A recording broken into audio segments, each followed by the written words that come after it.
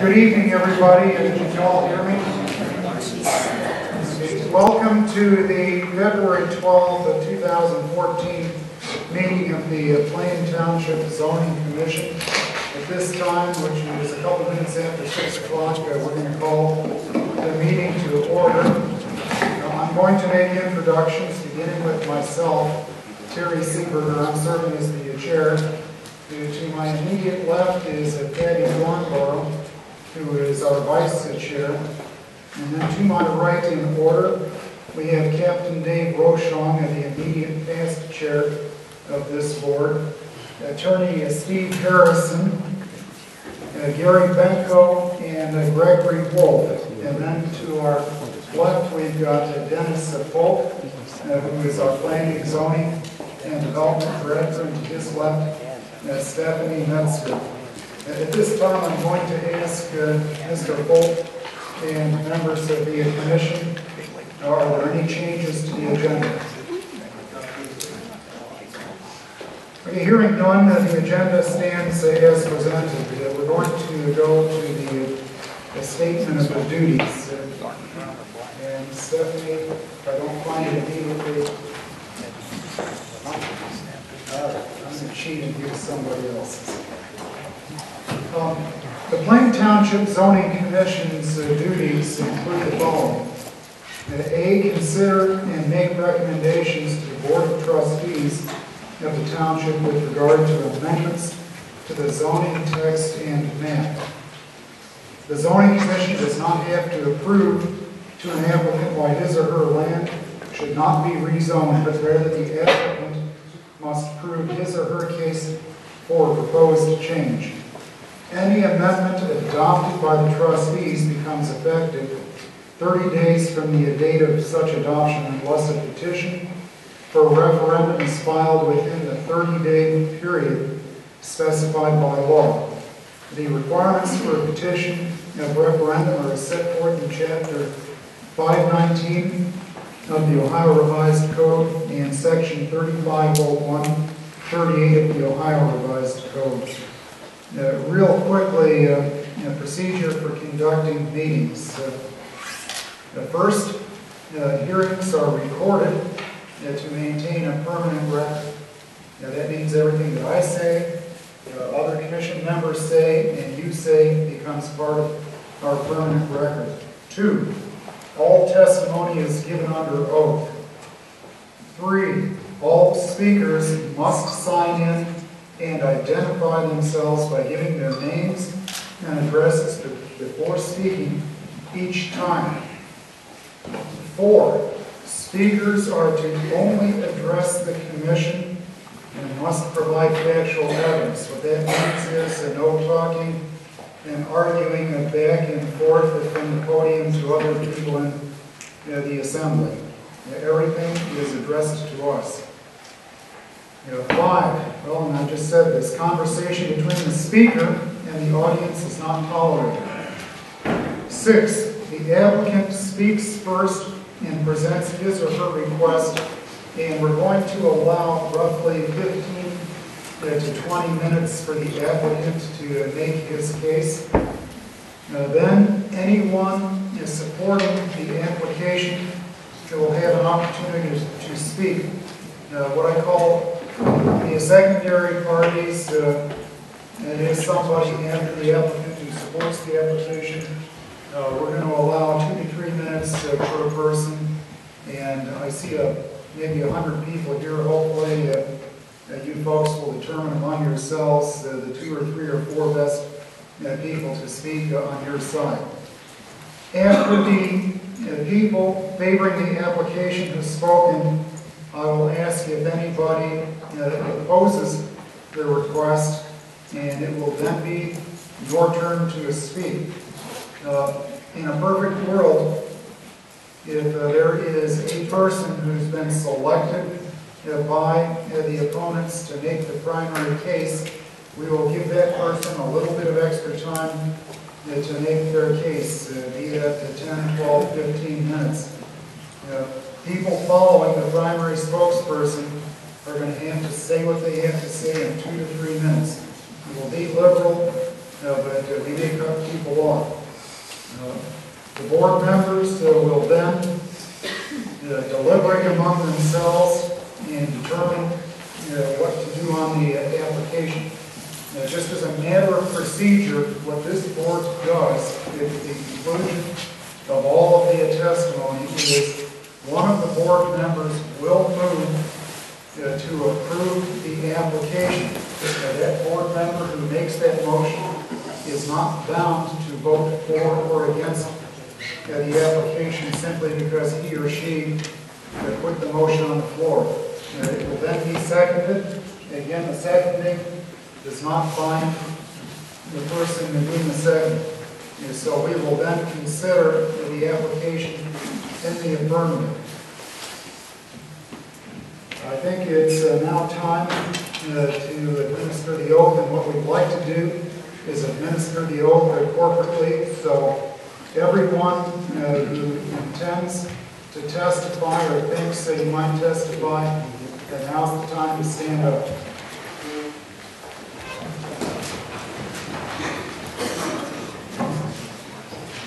Okay, each of you, do you swear or affirm that the information and testimony you are about to present is true and accurate to the best of your knowledge and belief, signify by saying, I do?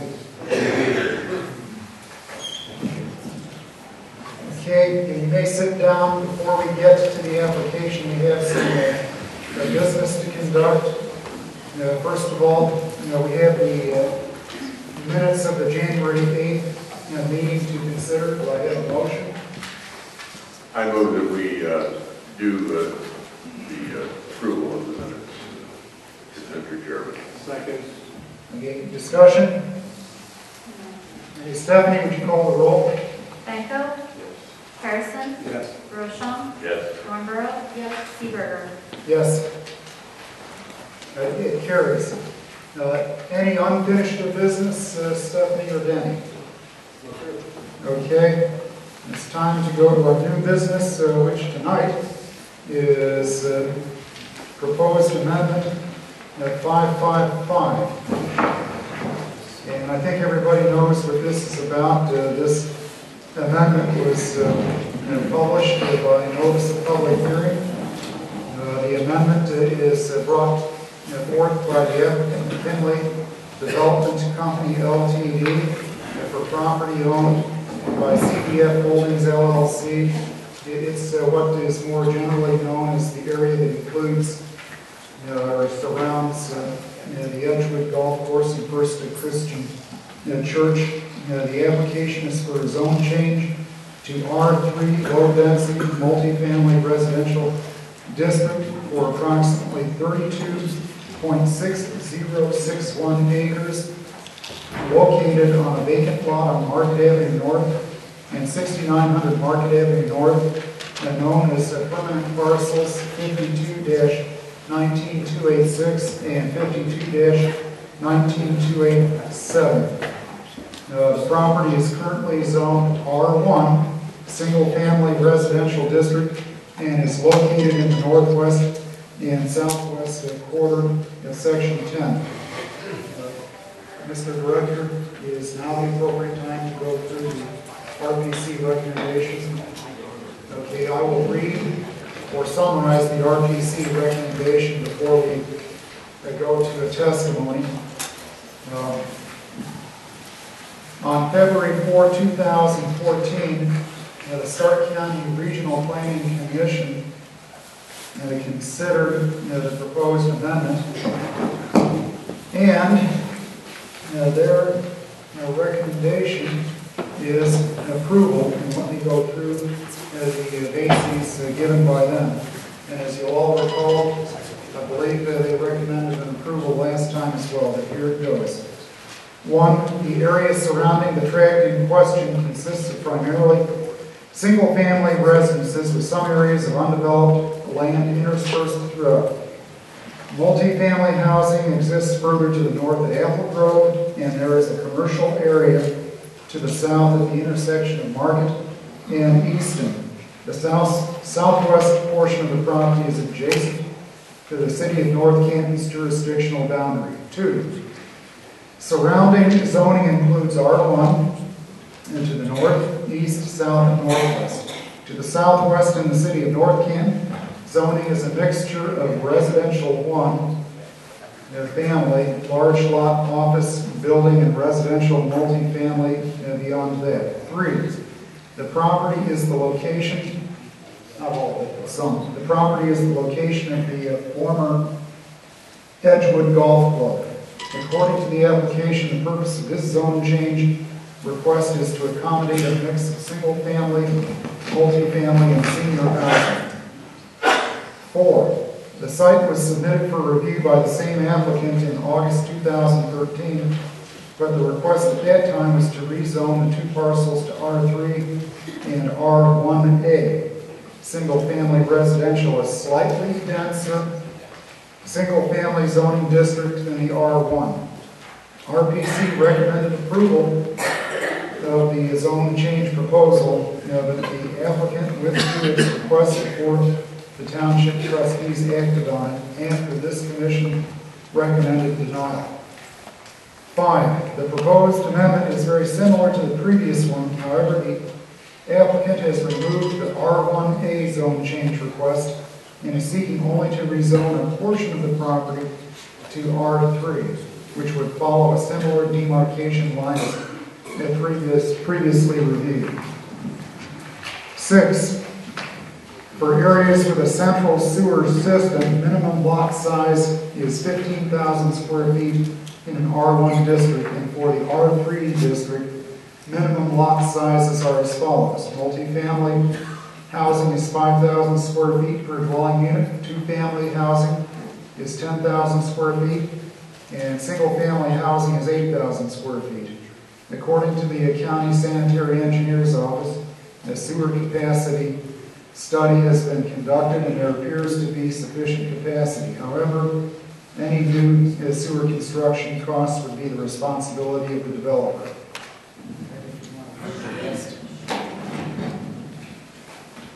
Number 7, the permitted density under the proposed R3 district is approximately 8 to 9 dwelling units per acre.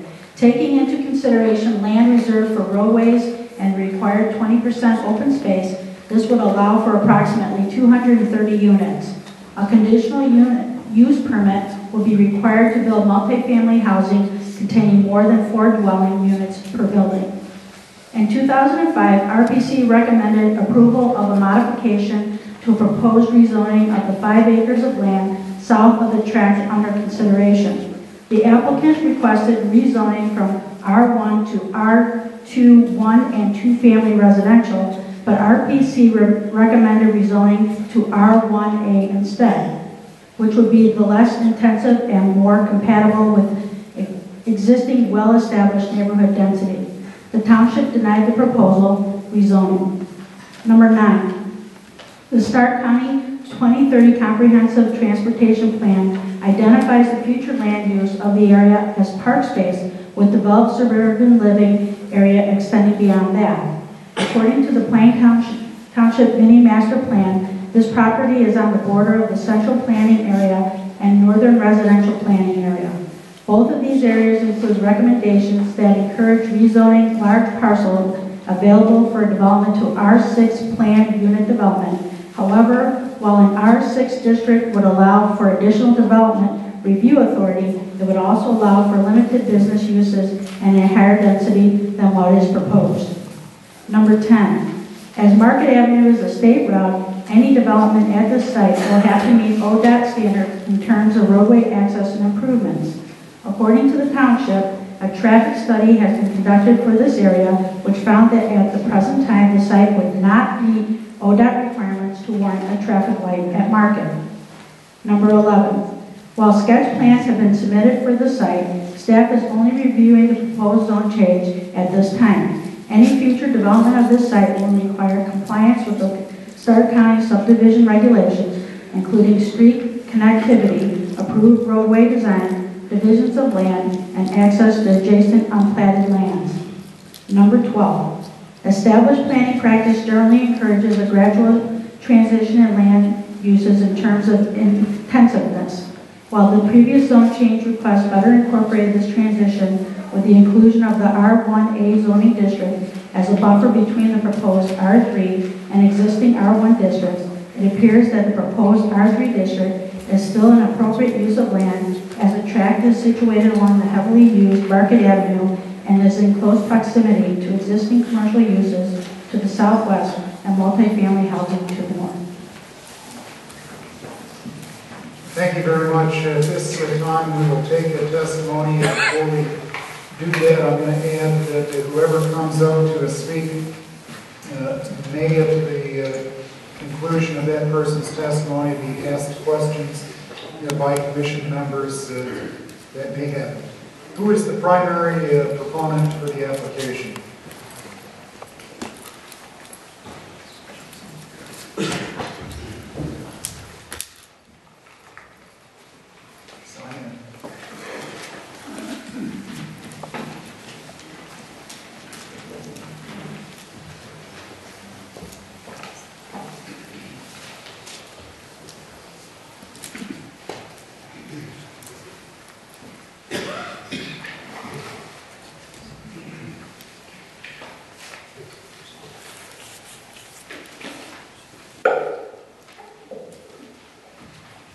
Good evening. My name is Beth Borda, and I am representing McKinley Development Company. And I'm here this evening to request a address. Got to give your address for the record. I apologize. 821 South Main Street, North Canton. I'm here this evening to request a reclassification of 32.6 acres from R1 zoning to R3 zoning, as well as to present to you the changes to the development plan for the Edgewood property. I would like to start out by thanking the Zoning Commission for all the comments from the last meeting when we were here in August.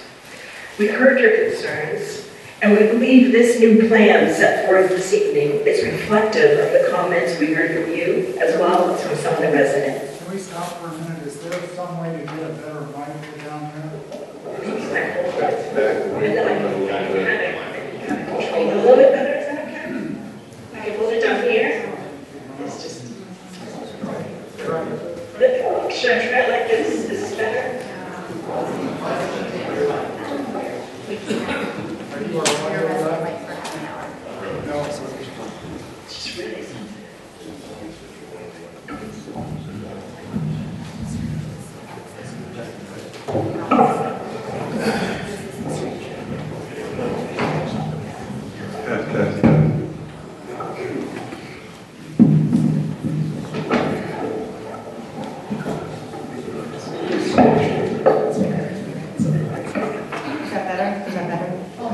much better. Thank you. Appreciate that. Good evening. Once again, my name is Beth Borda, and I'm representing McKinley Development Company. And I'm here this at 821 South Main Street, North Canton. And I'm here this evening to request the reclassification of 32.6 acres from R1 zoning to R3 zoning, as well as to present to you the changes of the development plan for the Edgewood property. And as I was saying, I would just like to start by thanking the Zoning Commission for all the comments from the last meeting. We have heard your concerns, and we believe that the plan we're going to set forth this evening is reflective of those comments that we heard from both you as well as the residents. And based on these comments, we believe that we have made significant changes to the development plan. I just want to make one mention before I begin, and that's just touching on the 2012 mini master plan. Because while we do understand the concern over the loss of Edgewood Golf Course as open space, the 2012 mini master plan does recommend that a diversity of housing be developed on the remaining large tracts of land in this area. I just wanted to make that note. I'm going to start out with the land use plan, and I believe you have it in your packet. It's this plan.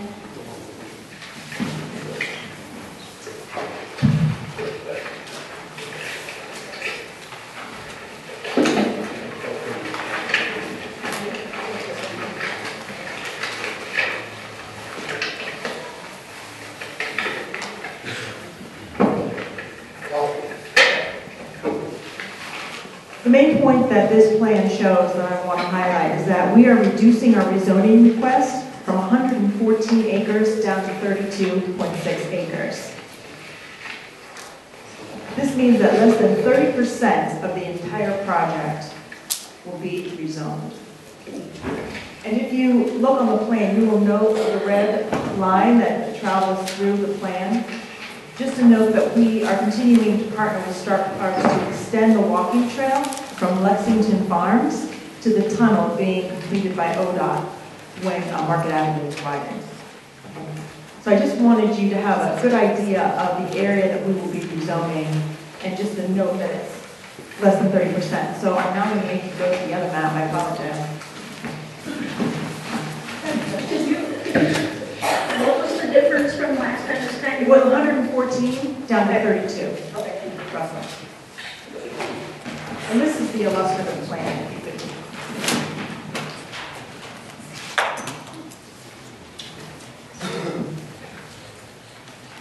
So I'm going to start with the single-family lot area, and I'm just going to touch on that. I do believe at the last meeting, Mr. Seeberger, you did question the zone change from R1 to R1A on a portion of that plan.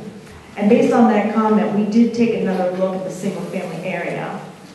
And the entire portion of our single-family area will now remain the current R1 zone, except of course for the 32 acres that we're rezoning to multifamily.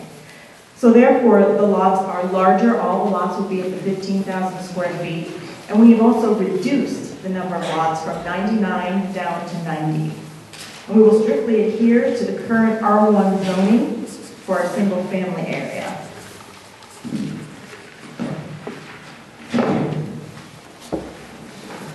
I just want to make a note, because this is not part of the application, but we are working with adjacent neighbors on a buffer area along the south and east side of the property. And we did address several comments at a neighborhood meeting we held last Thursday, and we are working through the process based on the comments that we received. And I just kind of wanted to give you that piece of information. So at the last meeting, Mr. Rochon, you asked why there were so many units in the R3 area. Well, we heard you. And we are pleased to say this evening that we have significantly reduced the number of units in the R3 area. And I'd like actually to go through each multifamily type on the illustrative plan so you can understand the changes that we've made. So I'm going to start with the condos, which are on the kind of the northwest area, right along Market Avenue. That's new to the plan, and we put those adjacent to Steiner Heights. We thought that would be a nice complement to that neighborhood across the street. We are going to have a max of 20 units in this area. They will have attached garages.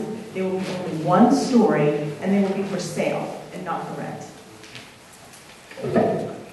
Moving east, we have our attached residential area, and this is the highest density area. And we moved this area actually, and we are going to restrict it to the north area of the church parking lot. And then you'll see we'll have some lower density multifamily housing to buffer against the single family housing. We have also reduced this area from 17.3 acres to 10.4 acres. We have reduced the number of units from 200 down to 96. We have reduced the number of units within the buildings from 20 units down to 8. And there will be no higher than 2 stories. And I do believe, Mr. Rochon, last time you did ask a question about building height. And just for a point of information, the building height limit in the R3 area is 35 feet. It's the same as in the single family area. So basically, if you have a 2-story home, it's going to be the same as a 2-story apartment as far as the height is concerned. And these units will also have attached garages. And just a reminder that these apartments will be garden-style apartments. So they're not going to be restricted to seniors, but they're going to be targeted to seniors. And what that means is they'll attract less families with children and thereby generate less daily trips compared to the single-family area. And the rental rates we are estimating are going to be in the upper quartile for the Stark County area. Now, if you move east, you get to the villa area. And we are restricting this area to 11.2 acres. There will be 1 story. There will be 2 to 6 unit buildings and also with attached garages. And we'll have a max of 62 units in this area. And so the villas are a nice transition from the 2-story multifamily. They are going to be the 1-story multifamily and then the single family. So it's a nice buffer for the single family homes that we're building on the east side. Next, we get to the senior housing, and that's just below the villa area. We're not quite sure what we're going to build in this area, and quite frankly, it's probably going to be the last portion that we develop. But we are going to be restricted to 5.2 acres, and it will likely be a mix of independent living and assisted living.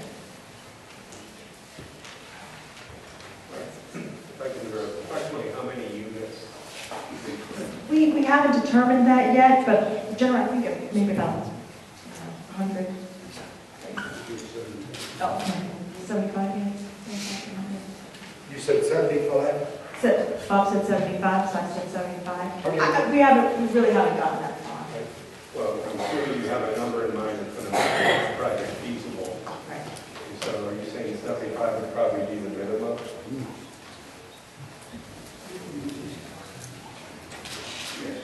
75 would be minimum.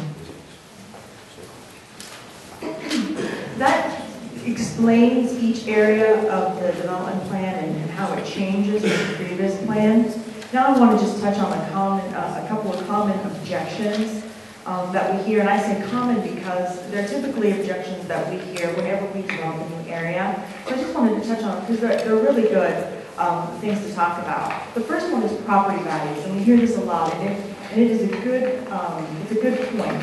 People are naturally concerned about how this new development is going to affect their property value. And we strongly believe that this will not have a negative effect on the neighboring property values. We would not develop these R3 concepts and have them as part of our plan if it would negatively affect our 90 single-family homes that we're going to have to be selling. That just doesn't make good business sense. And in fact, we're finding that many of the new housing developments in progressive communities use a mix of housing types. People like choice, and many people do not desire to own, they prefer to rent. These developments are often high-end, upscale developments. We did a little exercise. We reached out to our land planner who helped us with this development plan, and she lives in the Columbus area, and I just asked her if she could give me an example of some developments in her area that have a mix of these housing types. And I'm just going to list a few that you can check out later if you would like. Upper Albany is an example of one. They have 2- and 3-story multifamily developments, and that's in New Albany. Berkeley Square is a 3-story multifamily mixed with retail. That's also in New Albany. Mill Run is a single-family 1-, 2-, and 3-story multifamily development in Hilliard. And Ashfordton of Dublin is a 2- and 3-story multifamily and single-family development in Dublin, close to Muirfield Country Club. So if you're familiar with the Columbus area, you will know that these are high-end areas and usually produce very nice housing developments. We often hear that people are concerned with multifamily and the transient residents that often locate there. But it has been our experience in our current apartment buildings located in Jackson Township in North Canton that the average rental is 3 years. And we were also actually surprised to find that the average income of our apartment dwellers was $68,000 a year. Increased traffic, always a concern. And we do know that Market Avenue is going to be widened to 4 lanes to help alleviate the current traffic and to help support the future increased traffic. We have been working with ODOT to get a traffic light on the south entrance to our development, and although they cannot guarantee us a traffic light, they do believe that a full build-out, a traffic light will be warranted, and that should help with the traffic flow. At the last meeting, Mr. Seeberger, actually, you had a comment. You wanted us to talk about this plan, and you asked the question, how do we know that what you're presenting here is something we're actually going to build? Which is a fair question. And what we have done, and this is also included in your packets, there's 2 pieces of information. There's the covenants and restrictions, and there's a summary to it, in case you just want to look at the highlights. What these covenants and restrictions basically say is that we will commit to build exactly what the plan shows. And these covenants and restrictions run with the land, much like a deed covenant does. And not only that, but we have put in place a mechanism whereby the covenants and restrictions can be enforced by Plaintown Township and or the adjacent residents of Stonehenge and Wellington Hills. And if the zoning commission recommends our zoning tonight, we would request that Mr. Falk present the covenants and restrictions to Plain Township Legal Department for review prior to the trustee meeting. One other comment last time, and Mrs. Thornborough, I believe this was from you, you raised the question about the impact that this development would have on the schools, and that was a good question. You asked us if we had met with the superintendent. We had not, but we did get an opportunity to meet with Brett May this time around, and he does assure us that the schools have adequate capacity to handle more kids, and he welcomes the prospect of new families to the area, new children to the school system, and new sources of funding. Which leads me to my final point, which is such as evaluation. And this is also the last page in your packet. We reached out to Jason Frost. He's the Chief Deputy of Real Estate at the Stark County Auditor's Office. We asked him to generate an estimate of taxes that this development would produce based on our valuation. His calculations show that the development will generate close to $1.5 million in taxes, with $915,000 to almost $1 million in tax revenue to the school system per year. We strongly believe this new development, as it is laid out, is good for the entire Plain Township community and the Plain local schools, as it will generate a lot of new taxes without generating a lot of new kids. The development plan that we have brought forth works as a master plan. So please understand that if we are not granted the zoning for the whole plan, then we are not prepared to commit to any of it. The buffer areas, the park trails, the deed covenants only will be included and committed to as part of the master plan that we are setting forth this evening. That concludes my remarks. We appreciate your consideration of this revised development plan. And we are available if you have any questions. Both Bob D. Hopp and Bill Lemon are here to answer any questions. And we would, if possible, like to reserve the right to provide the opportunity to respond to comments from any individuals who speak in opposition at the end of the comment period, if possible. Thank you. Here's what we're going to do. First of all, questions from the commission members.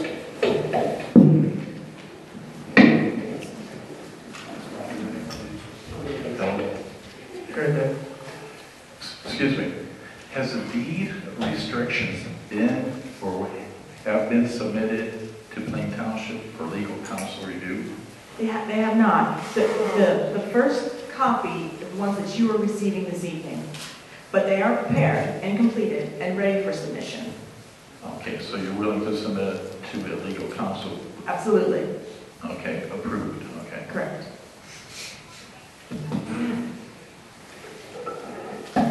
I have a question about the villas, and I apologize for this microphone, and the attached residential.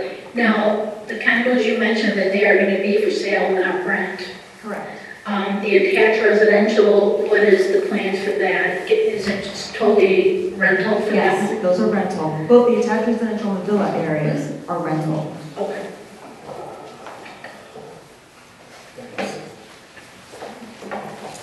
Yeah, a couple questions for you, and following up on the other commissioner's question. The proposed covenants, it's always kind of a chicken and egg, this sort of thing. I mean, currently the owner is CDF. The applicant here is McKinley Development. I see the name McKinley Development on the proposed covenants, but the owner as of right now is CDF. So, how do you answer that, or does somebody else have to answer that for you? I believe when we purchase the property, then we will become the owners, and then that's when the covenants and restrictions will take effect. However, I want to make sure that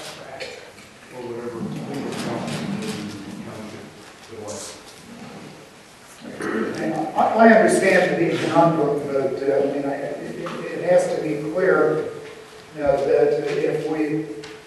if we and the township trustees approve the rezoning with CDF as the owner, and for some reason the transaction does not go through, then we may or may not get the benefit of those covenants. And you're shaking your head yes, as you have to. Now, my second question, it was based on. My second question is based on your comment about the $1.5 million in additional taxes. What part of that $1.5 million would be generated from the 32 acres as opposed to the entire 110 or so? I believe that's broken down in the valuation sheet, is it not? I don't have that valuation sheet in front of me. I have too many things that So this, you can see the single-family homes and the condos and the residential villas in the houses. Okay, so it looks to me as though approximately 55% of that 1.5 would be attributable to the zoning request. Mm-hmm. Okay. And we do want to make a note that when multifamily is owned by one owner, it is taxed as a commercial development and not residential. Okay. One of the things that you referred to the mini master plan for Plain Township, and one of the things that I noticed also is that currently Plain Township has 102 acres of recreational park usage. And what it says within Plain Township, which has a population of 34,900, we should have probably between 550 to 628 per thousand. So that's quite a bit more than what we have currently. And one of the things I did bring up at the last application is having some sort of recreation. I see the baseball field there. However, some other kind of park, community area for the residents and those that are in the villas and the attached residential have a place to socialize. And that was one of the concerns I had before, and that's one of the concerns is no. I really have no response to that other than we do understand that desire, and apparently based on your statistics that need. And I'm not sure if Bob would want to come up and comment about that or not. It's not included in our plan. It may be something that we can look at and bring back to you at a later date. Other questions? Go I ahead. have one more question. You said that the surrounding areas, the surrounding adjoining residential properties would not be affected by value, market value, I'm assuming. How did you come up with that? What was that based on? Well, what I said was negatively affected by this new development. So the concern is always that a new development is going to negatively affect the existing property values. And it is subjective. It's not like we can prove that it won't negatively affect it. But based on the information that we presented this evening in the market and our understandings of it, and based on what we've seen in other communities across the country, we believe that we're putting forth a plan that will not negatively affect the area in subject rezoning. And based upon all the other developments that Bob DeHop and Bill Lemon have done in communities in Jackson, North Canton, City of Green, and throughout, typically they can raise the property values in the surrounding area. So it is our belief that it will not negatively impact. Yes, you had mentioned the buffeting area to the south and to the east to give a little leeway between the new construction and the existing homes. That area will that be maintained by your organization as far as mowing, planting, various things of that sort? Well, we're still working through the buffer areas. And so we are suggesting to give 25 feet to along the south side to the Stonehenge homeowners, and then 10 feet along the east side to the Wellington Hill homeowners. Right now, the way we believe we're going to structure it is we are going to teach Stark Parks. So Stark Parks will own it. The residents will have exclusive use to it. They'll have exclusive use to the portion immediately behind their own house. So it's not like my neighbor can walk over to mine and vice. It's not going to be a walking trail. It's not going to be a public use. In other words, it's almost de facto extension of Exactly. their property. Absolutely. It would be an extension of their yard. It would be like a 25-foot or a 10-foot extension of their yard. And we are asking that the homeowners would maintain it. But as I said, we're working through the nuances of those buffer areas and how we're going to offer those to residents. By maintaining it, I'm sure that the property owners, should this come to pass, would be more than happy to mow and rake leaves or what have you on a minor scale. However, investing $1,000 in plantings and things of that sort, that may be a lot to expect the property owners to do. Many of them are aged, living on fixed income, retired. So that's the nature of my question. Correct. We would expect them to maintain it as they're maintaining the yard right now. Stark Parks would take care of this, are you telling me that? We're not asking anyone to invest anything into the buffer areas. We're not asking them to plant trees or put mounds or anything like that. We're just asking them to maintain it. And if they do not want it, right now the plan is that the new homeowner in the Edgewood development would just receive the 25 feet. So it will also be the choice of the homeowner whether or not they want the 25 feet or the 10 feet So buffer. in the event that happens, you will not have a smooth line, you would have a staggered line perhaps. Perhaps.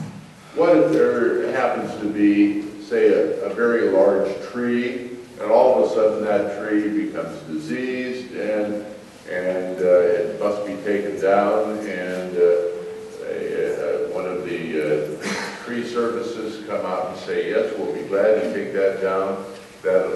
We'll do that for $2,600, and we may have a problem there with fixed income people again. Do you have a solution to something like that? There must be something clear on whose responsibility is for all of these various things for the property owner to make an educated decision and without leading to financial impact. Understandably, and we will work with each resident.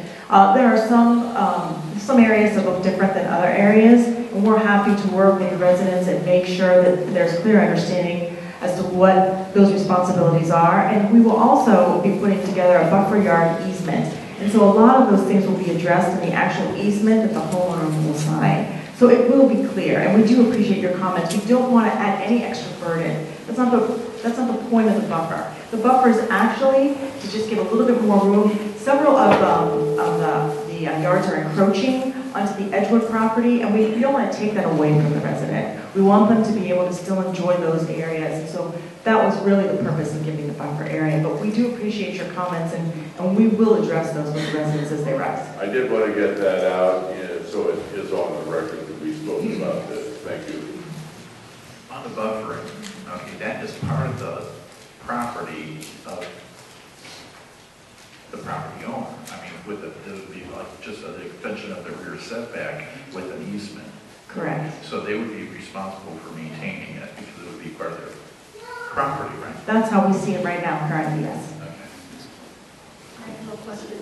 And I didn't see it on here, but I haven't had a whole lot of time to review your declaration. But some of the other one that I viewed in August talked about trees and which types of trees that you were going to try to keep. And they had to be a certain diameter, and I remember reading something of that to try to say those. Not that you were going to, but try to. Is that still part of the attempt to, try to, because the idea of the open space and working with it, as you were mentioning, having different, the single family, multi-family, I also think there should be something that keeps it aesthetically pleasing. We agree, and when we develop any area, we try to keep as many trees as possible. And as you know, sometimes the development will disturb a tree and a tree will die and that type of thing.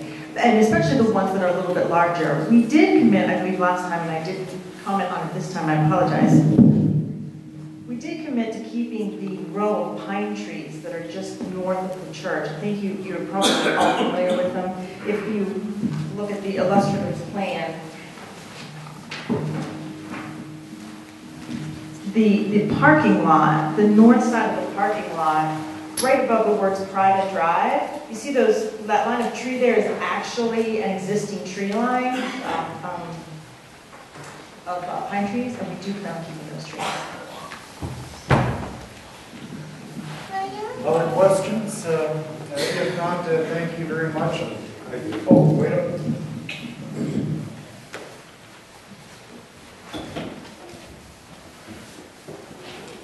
With regard to access to the R3, do I understand that the current plan, as with the old plan, envisions use of private drives that are shared with the church? Yes. Okay. And is there an agreement with the church as to maintenance or control of those? I believe so. The church is well aware of this plan, and they are working with us. I don't know right now if there's anything written with the church. I'm not sure about the access to the drive, but I know that will all be worked out with the church. Okay. With respect to the R3 areas, I noticed that there are actually 4 different R3 uses envisioned within this R3 zone that you are asking us to create. And I'm wondering whether the applicant intends to form tax parcels, separate tax parcels for each of the 4 uses. And the reason I'm asking that is because in our township we do have some enforcement issues, and there's going to be some concerns with the conditional use permits that the applicant is obviously going to have to make, assuming there is an approval. With that in mind, we also have issues where the current tax parcels actually straddle the zones. In other words, the existing parcels as they are would fall into 2 different zones, partly R3 and partly R1.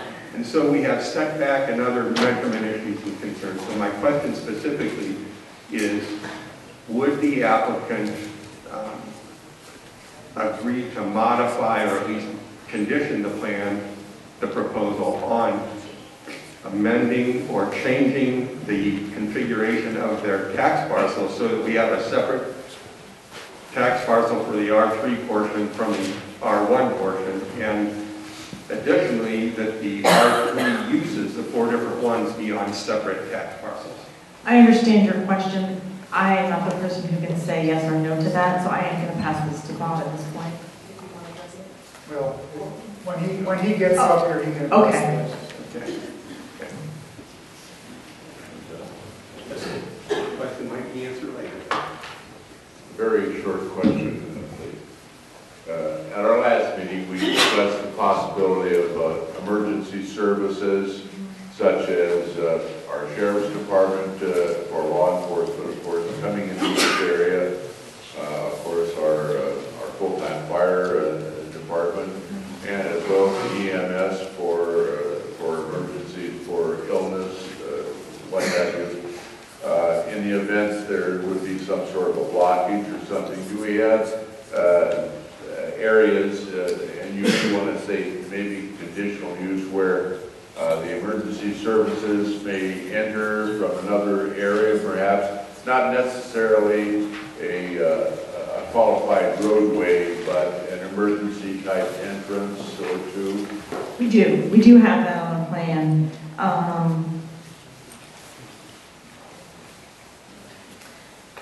It'd be hard to.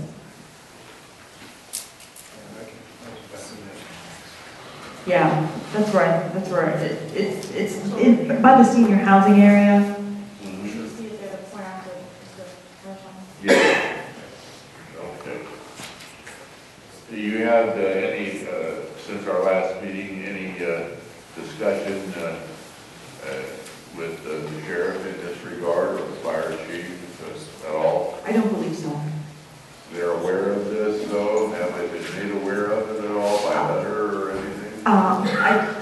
not sure of that. That's probably another question for Bob.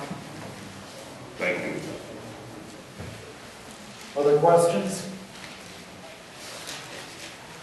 Okay, you are completed. Who else is here to speak in favor of the application? Okay. Come up front and state your name and address. And we're now into the 2 to 3 minute zone. Hi, my name is Sarah Buell. I'm with the Stark County Park District, but my address is 1425 Castlewood in North Canton. And I just wanted to speak on behalf of the Park District in support of this project. We have partnered in the past with McKinley Development, most notably on the Hoover Trail surrounding Washington Square, and that is a trail project which also went through a residential development and originally was a 2.2-mile loop through that residence and out through the Washington Square development with John Eagle. And was so popular, we wanted to expand that system, which now connects up through the Hoover High School and all the way down to North Canton YMCA, and also expanded it eastward across Market Street. The connection now is right there at the Washington Square complex and into the Middle Branch Trail, which goes through Plain Township and is now grown to an 11-mile trail development. It has become our most popular and well-used trail on the east side of the county, and we get overwhelming positive feedback from residents about the connection between the development and the trail system, and how this is a recreational resource that families can access. And Mr. Robert, to your earlier comment about facilities or recreation, while the trail system isn't in itself a facility, we found that families go out and recreate together, they're training for marathons together, they're accessing other parks like Schneider Park on this trail system. So in our minds, in some ways, it is like a facility. So Beth did mention that we are trying to, or we are working with ODOT for the widening of the Market Street project to build a tunnel to access between, essentially connecting our Hoover Trail with the Middle Branch Trail. And right now that trail system is complete, that connection is made by coming up through Lexington Farms on the east and coming down Bellevue and then crossing to the south at the light. This isn't the safest crossing that we could have. Our preference is certainly to have the tunnel under Market, especially with it being widened. And this plan is really going to allow us to facilitate the safety of getting families, young children across that street in a smarter way. So we support this amended plan. We look forward to working with McKinley Development. We think this is going to be a great community resource with the connection to the trail.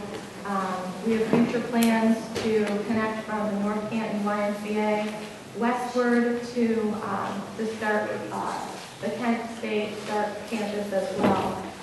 So this is going to be a continued trail system, and the more residents that we can tie into this and provide that recreational resource to, I think will benefit the community. Thank you very much, and I'm reminded to tell you to sign in. Yeah.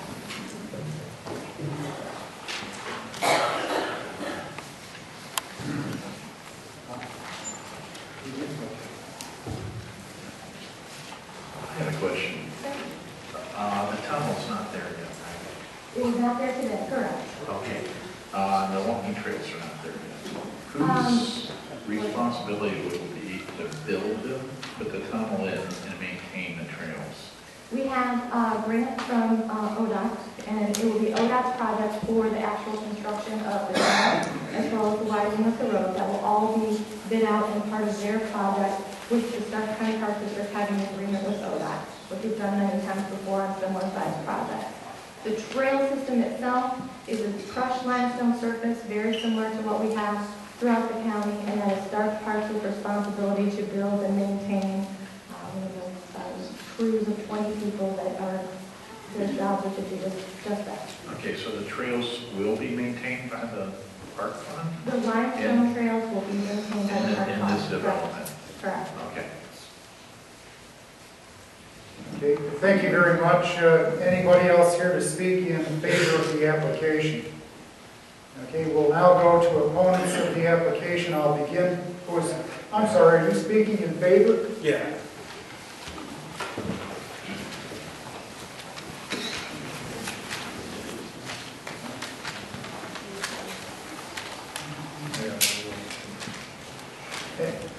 As you approach, were you here when I swore in?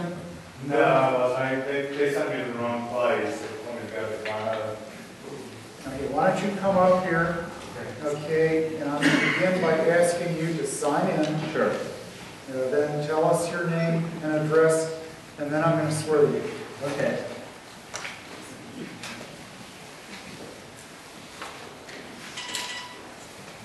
My name is Michael Fatman. I'm at 236 37th Street Northwest, Canton. Okay. Okay. Spelling of your name. F like Frank, E-T-T-M-A-N. Okay, Mr. Fetman, do you swear or affirm that the information you are about to present is true and accurate to the best of your knowledge and belief? Yes. Okay, you have about 2.5 minutes. And I apologize for being late to that. My name is Michael Fetman, and on behalf of the Board of Directors of the Edgewood Community Center, I would like to read the following statement. Our mission is the Edgewood Community Center exists to enrich our community's physical, emotional, and spiritual health through fitness, sports, arts, recreation, wellness, and Christian love. In striving to meet our mission, we are a place for the community to come together and engage in innovative and relevant ways to love our neighbors. This community asset will serve as a reminder that we are part of something bigger than ourselves, and together we can make a difference in the communities and lives of others. We are standing strong and getting stronger every day. The Board of Directors of the Edgewood Community Center does not have an opposition to the plan development. We do not feel that any of the outlined plans would interrupt or interfere with us continuing to strive to meet our mission. If the project is approved, we would welcome our new neighbors and serve them as we have served our current community since 2007. Thank you. And Edgewood Community Center is what, just for everybody's benefit? Yes, it's on the property that's in question. What does your community center do for the community and the church in that area? What types of activities have you done? And then I have another question. Okay, it provides a place where for better physical education for adults as well as kids to come together and participate in programs, whether they do like spinning classes, basketball, the sorts of things that the rec center provides. Second question, is there a charge to those who come and use that center? There is. Okay. There are memberships, people get yearly memberships. And I take it the center is a tenant, not an owner?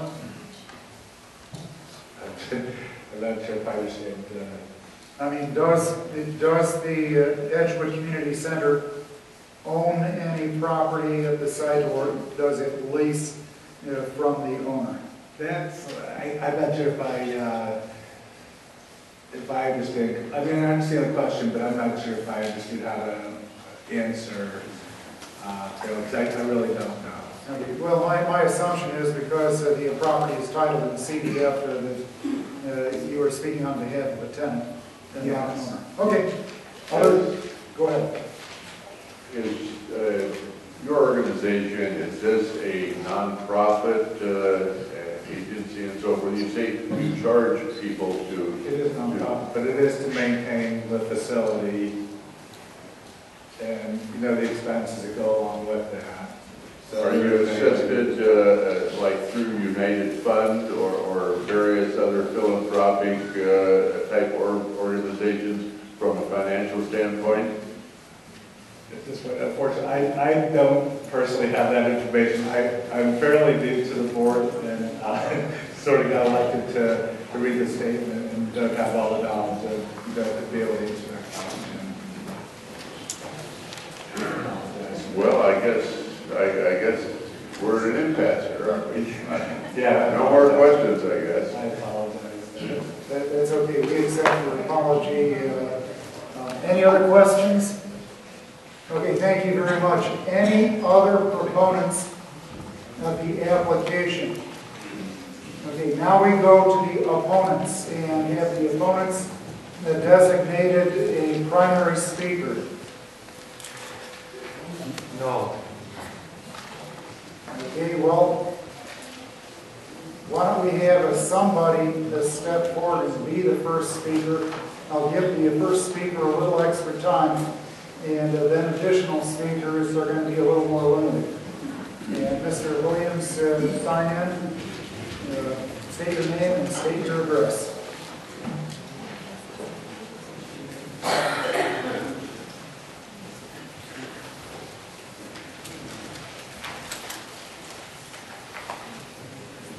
My name's Bill Williams. I live with my wife Denise at 1568 Wellingshire Street, northeast in Wellington Hills allotment, approximately 1/10 of a mile from this proposed development. I'm here on my own behalf, my wife's behalf. I don't represent anybody, although I'm an attorney. I am not representing anyone at this time. I am legal counsel for a number of homeowners associations in the surrounding area, but I am not here on their behalf either. And I have not coordinated anything I'm going to say, but I believe it will eliminate 90% of people who may want to come up. I'm going to be able to cover an awful lot of information there. First off, let me excuse my back, but unfortunately it's not to the side. I'm addressing them. My wife's had a business in Plain Township since 1976, and it's still there. Van Scoter Interiors, 55th and Market. And I'm going to try not to repeat what I talked about 6 months ago, and I think I have a whole bunch of new data that may be very enlightening for everyone. And I also want to thank each of you for serving, and I must say, and I don't say this lightly, I'm very impressed with your questions, with your attention, and I'm happy that you're representing our community and as our neighbors. And I know it's a thankless job. I served for 7 years, about 20 years ago, on the Township Zoning Board of Appeals. This proposed zone change is about community values, quality of life, and money. Those three items, that's all this is about. McKinley Development has developed many fine residential allotments, some surrounding our proposed zone change. They developed Wellington Hills, they developed a number of other areas, and they've done a fine job at developing R1. McKinley is a for-profit business, and nothing's wrong with making money today. They're still building apartment buildings right off of Apple Grove near Bobolink. You can see some. They announced they had finished some in North Canton, so you could see the finished product. And they said they were going to be similar. However, the low price for the purchase of the 32.6 acres and its other surrounding acreage they want to keep R1, and the future rental income, which will be a very expedient return on this rental income from the multifamily, which basically pays their capital investment and takes into account the long-term effect of selling residential R1. There's probably at least 100 platted lots still for sale, a number of them owned by D-Hawk, including in Wellington Hills and elsewhere, that have been sitting there for a number of years unsold, and large tracts of land that they haven't developed. Let me say that McKinley Development is also a very shrewd, smart real estate developer. They're also a commercial developer owning Washington Square. They have all the commercial tenants over there they are the landlord.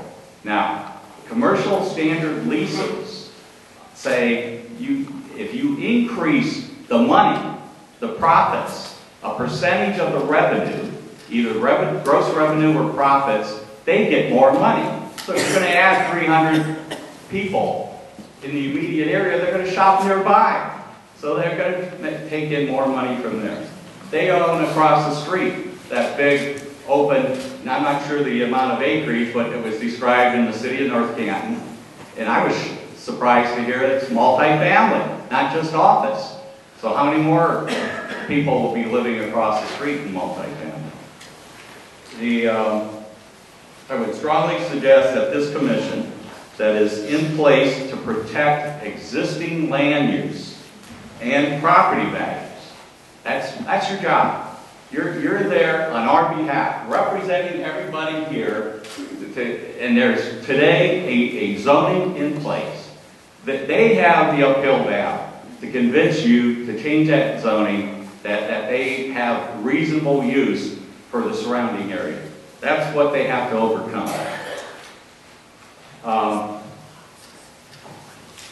All of us in this room, except maybe for a few people, have chosen to live in Plain Township. We're not living in the city of Canton. We're not living in Jackson. And we want to maintain our community because of less traffic, less crime, and less accidents due to the less traffic congestion. So we don't want to live in a progressive community as it was described. The traffic,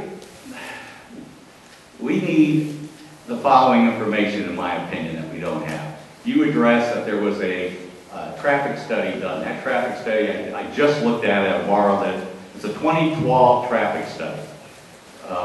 One of the surprising things, and it was for Kings Cove Street, I may be mispronouncing that, excuse me if you live on that street. One of the interesting things, 14,120 vehicles go by that street every day, over 14,000 cars. And at the height, 4 p.m., close to 1,200 cars go by there. I think that ODOT is wrong when they say, hey, you don't need a traffic signal device. You don't need a turning lane. You know, we don't need to have any improvements. You know, they don't take into account. Now, that study was done prior to this proposed development. What if they updated it, knowing what this proposed development is about to do for the area? I wonder if they would change their mind. And then who would pay for additional traffic signal light? The proposed streets, and I may have missed hearing this, you know, I don't know if they announced whether they're going to be private or public, all of the ingress and egress, and the type of construction, we would need to know that to determine the township road department needs. Just like the study, the traffic study, we would need to know that having to do with the sheriff's department. And do we need more sheriff to be on duty? And what increased cost will that be to the township? The description and location of extensions for water, sanitary sewer, other utilities, and whether local governmental agencies have sufficient capacity and will approve those. I'm not sure if that was fully presented and whether they were given the information that there's, I think I read, they said 230 plus another 75, 305 units at a minimum. There should be no more than 4 dwelling units are permitted according to R3. They have said they're going to put 8 in per dwelling, per building. Now, they're permitted to do that if you give them the approval and then they go to the zoning board. And the zoning board grants them a conditional use permit. Conditional use permit allows additional. However, what they're not saying to you is once they have 5 or more units, they need more parking. And I'm not sure if anybody counted the parking spaces or whether they really show us the parking spaces. And it's not just 2 per unit, but they need 2 additional per building. And in my opinion, that's not enough. We should change our zoning book, because if you're going to have 16 people minimum in a building, or 12 to 16, depending on how many people are in a unit, and you're going to have 2 extra spaces for visitors, come on, that doesn't work. So where are they going to park? Well, they may go park in the church parking lot for a while, so the church says, hold on, you can't do that. I didn't see enough of the ingress and egress on the street. Stormwater drainage, I didn't hear anything about stormwater drainage and whether they've gotten that approval yet. Parking, once again, we haven't properly verified, although they did talk about attached garages. I didn't know if it was 1 per unit or 2 per unit, although they're supposed to have 2 parking spaces. There's an important factor is section 705.6, open space requirements. You did talk 20% of the area is to be open space. Well, I just borrowed from the fellow next to me the map, and I'm looking really hard for 6.5 acres. I don't know where 6.5 acres is, according to what they own, what they marked on here. Now, if they own the ball field, which it doesn't show that they own, that I can tell, that may be helping them for their 6.5 acres of open space. But I don't believe they address that in their site plan. Certainly, the character of the surrounding area will be affected by this proposed development. The covenants and restrictions, I haven't looked at them. I think they just presented them tonight to you. Those are going to be very tricky, having done probably half a dozen lawsuits involving those, and Terry knows, and I know Steve knows, but I know that's a very tricky thing who can enforce those. So I want you to be mindful, and I'm on my last page, of Walsh University, their total motor vehicles for all their employees, for their commuters, for their students, and the growth they hope to have. They keep building buildings every year, even though the president, Jusson, says, well, I'm done, and then the following year, well, we need 1 more building. He's a nice guy, he's done a wonderful job for the area. Then we have Getchy land to the immediate north. The one funny thing is about these trees, that they said, oh, we're going to leave those trees there. Well, the buffer zone and the section, and I'll get to that in a little bit. Let me first talk about Getchy land. As we all know, there's an R3 already in place at Apple Grove and Market for those apartment buildings that are up there. So if you grant this R3, if you look at a map, you have large parcels that are not platted. Some are platted where the oval is, but on Market Avenue, those are not platted yet. So you have this large space where you have on 2 ends R3. Well, you no longer have spot zoning. It's going to be extremely difficult for you to deny R3 for more apartments to go be on Market Avenue between Apple Grove and where this development will be. Then I want you to remember, McDonald's was approved for its relocation. Although that's in court, I believe it's just a delay and the court will grant, and that's going to be right there within probably 500 feet of this development, with all that additional traffic going in and out. Then you have the current R1 residents within 1 to 2 miles have trusted the township trustees and the commission to maintain this R1 status. And there should be no reason to have development at this specific site. I believe it will destroy and diminish property values, our way of life, and safeties in travels. They've already, my understanding is that we've already lost 1 Plain Township business and employees, the Edgewood Golf Course. They were notified to terminate, and now they are permanently closed. So this proposed development has already cost that.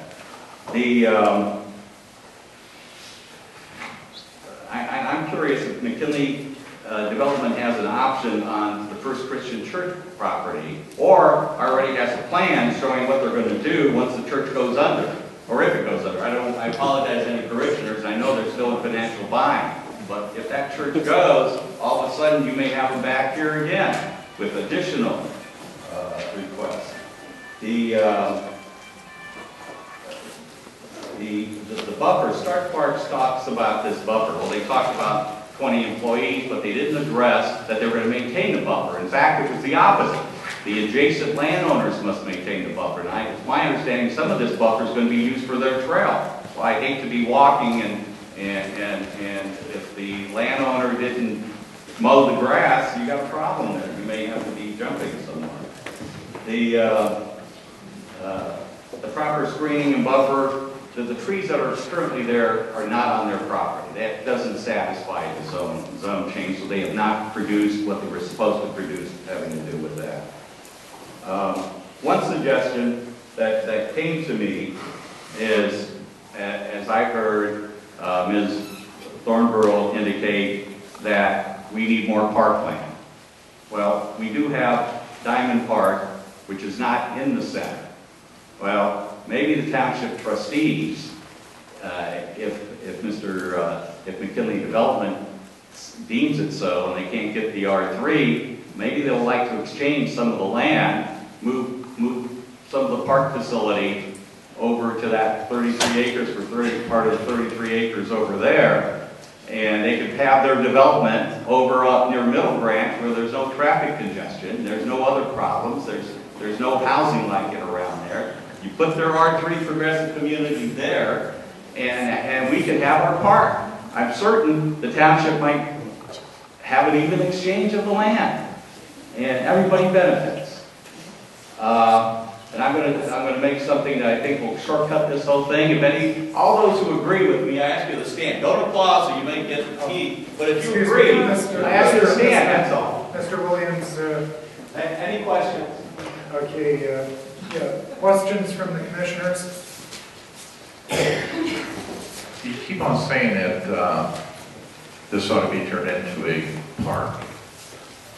Okay. No, I'm saying somebody else said that, and if you want to do parkland, and she mentioned it should be park.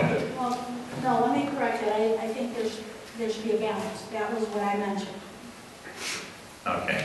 Both of these areas currently are zoned R1, am I correct? I don't know, you're the zoning commission. I'm not going to... Okay, yeah. Both of these areas that are in question are currently zoned R1. It could be developed tomorrow, bought and developed tomorrow. Nobody could stop it. I don't have a problem with R1. I have a problem with the R3 and the 300 units. Okay. That's my problem. And according to this map, the walking paths are not in the buffering zone, according to this map that we have present. I just received the map. And I wasn't benefit to get any of the packets that you received, and I asked some of the people around me, they weren't offered any of the packets, so we don't have the information you have. Okay, I just wanted to and I think he'll make a good, another residential development allotment. However, you don't make money quickly with an R1. I just wanted to bring out that both these properties right now are currently zoned R1 and can be used for residential use. And I'm surmising the applicant knows that, or he wouldn't be here today, but I appreciate that. Any other questions? I recall your testimony at the last application hearing. And I'm wondering if there is any effort on your part to save the golf course. I am not. My hands are tied due to conflict of interest, all right? So I am not actively working with anybody, okay? I'm not consorting with anybody. You know, our firm does some work. So I have taken a limited posture on my own to attend this meeting as an individual, all right? I don't know what the group's doing. You'll have to address whoever follows me. Okay, I asked that because I want to know your perspective and what your orientation is as far as what you're saying. If if there's a business competition of some sort between you and the applicant, I wanted you to disclose that. No, the only competition, well, actually, it's my understanding McKinley Development or affiliate owns the other golf course, so they just close this one down, maybe they'll get more business over there. I don't have any competition with the applicant. Our law firm may do some work for an affiliate of the applicant, so I wanted to take a stand, hands off, that I'm not gonna, I'm not being paid to be here by anybody. I understand. No, I understand. Okay.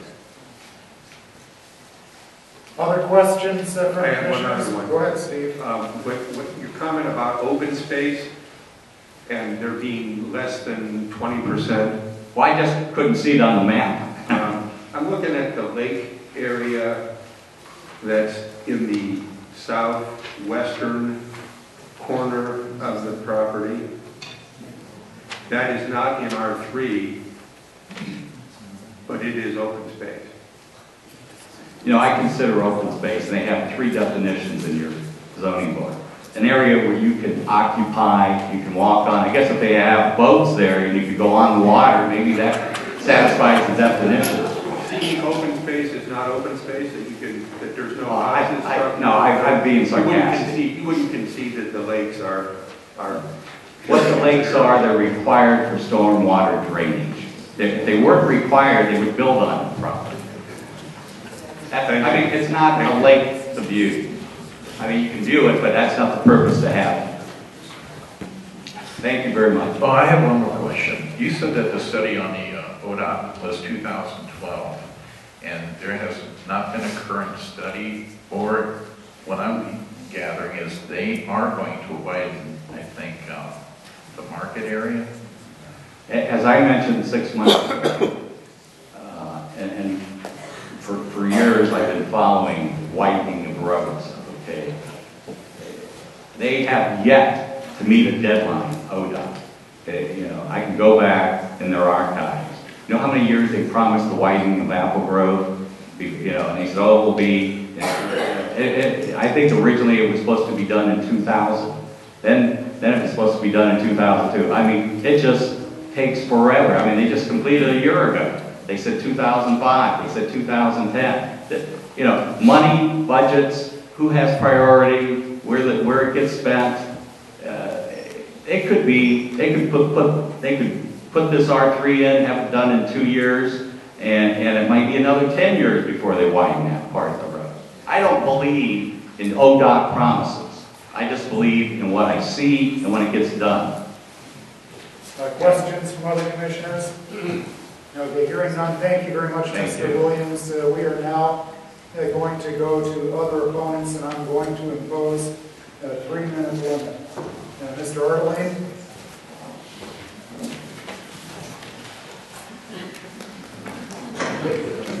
You're here.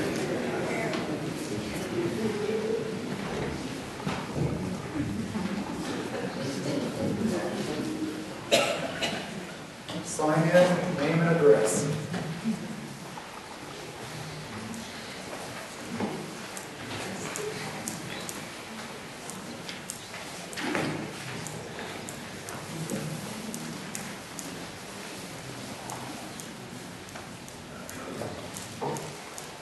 Good evening. My name is Dan Arlene, 1311 Stone Crossing. I want to thank Mr. Williams for doing exactly what he said. He presented approximately 90% of what our committee was prepared to present. Ladies and gentlemen of the Commission, I'd like to thank you for this opportunity again to appeal to your Commission. We really didn't want to be here again. After having stated our opposition back in August of 2013 regarding these change requests, it seems our voices were not heard by some individuals, primarily the applicant. I think the facts and figures that Mr. Williams presented are very compelling. We have other speakers who have done a lot of research. We're very, very passionate about this, and I think that you will see that the neighborhoods affected and the community at large does not want and does not need McKinley development planning.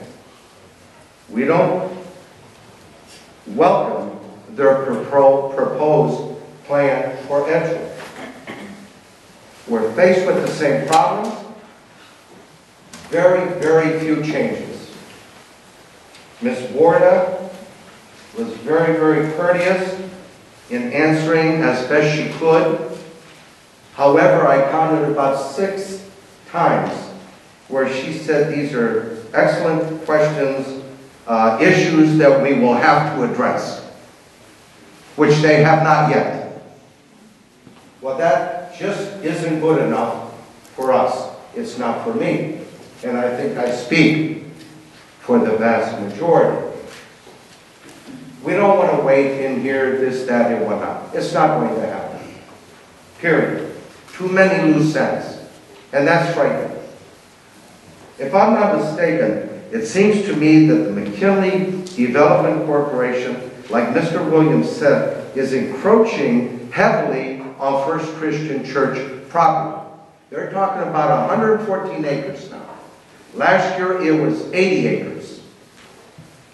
Now all of a sudden, although time and time again, 114 does rear its ugly head, to me, that seems like they have designs on the entire facility, waiting in the background for something, the inevitable.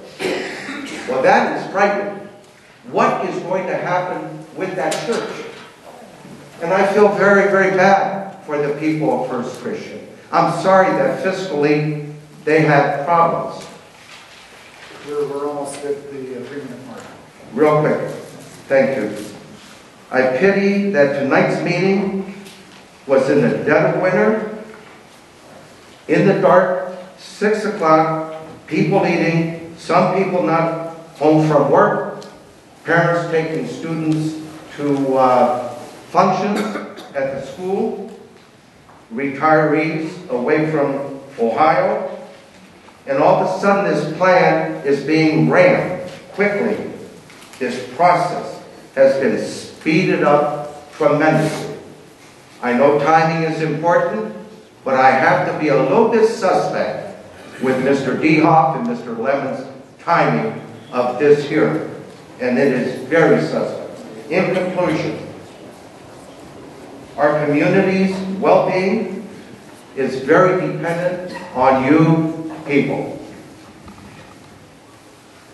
The officials are entrusted with protecting, promoting, and preserving our neighborhoods, our families, and our investments. This is all we ask of you. You are our voice. You are our conscience. All we can do is present you with what we have available to us. I do thank you very, very kindly, and I would ask in leaving that you please listen to the people. You've listened before. We would ask you to once again listen to your community. Thank you. Mr. Chairman, I have a question for this speaker. Oh, and I do have an answer for one of your questions previously. Yes. And I'd like you to ask. Go ahead. Go ahead. You mentioned a concern about access to the property and private drives. What specifically is your concern? I didn't. Did you not? I did not say that. No. Although I'd love to speak for 10 minutes on it, but I'd rather not. You did not mention a concern about access through private drive, church property, whatever. You mean this evening? Yeah, just now. Or in private? No, I did not. Okay. Not a problem. Now, regarding your question of Mr. Williams, now, is there an option? Mr. Arlene, I actually let you go a minute over out of respect. Thank you. Okay. Very good. I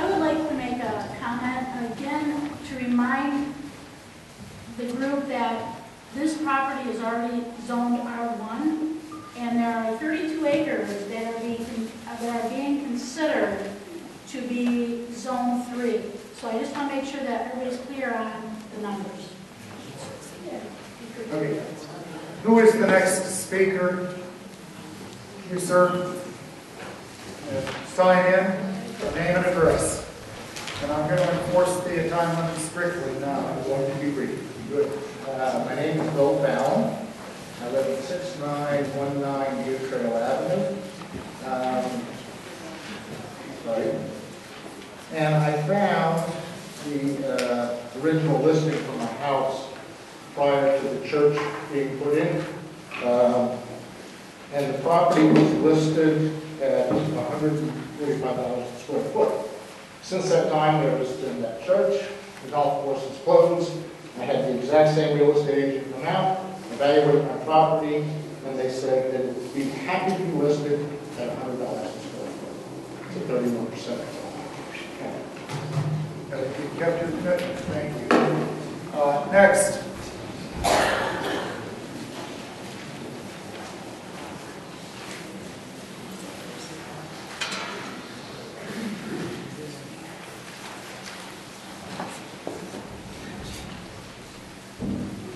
My name is Amy Kinwood.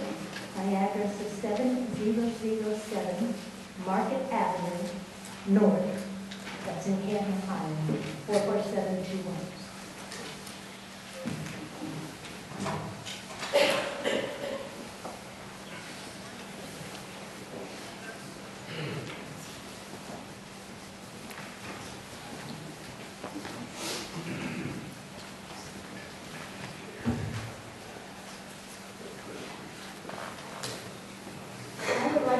The ODOT situation. We went to the ODOT meeting when it was last year, I think during the summer, maybe May or June.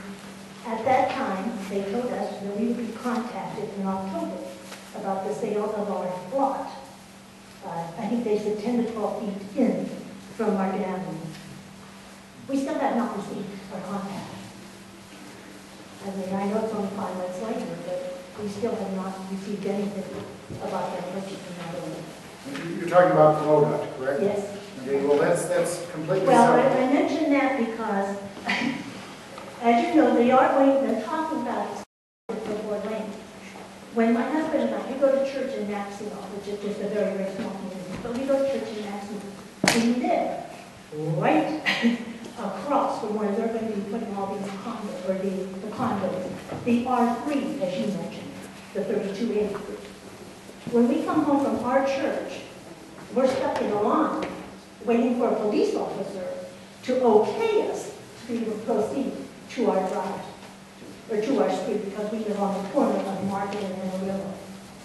We sit there waiting for that police officer to move us ahead.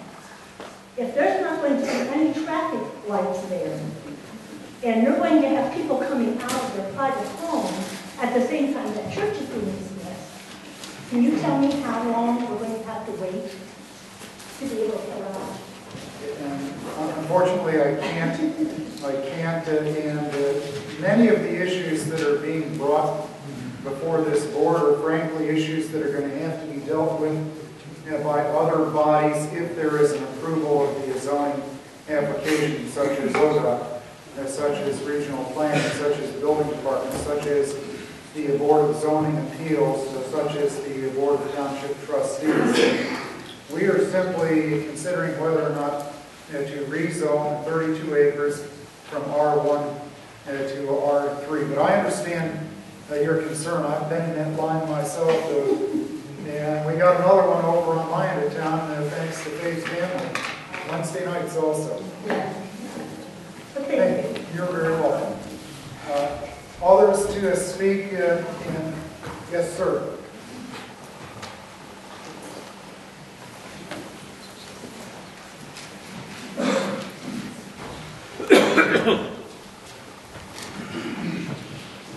My name is Dr. Ambrose Perdue. I live at 1013 Stone Crossing Street in Stonehenge.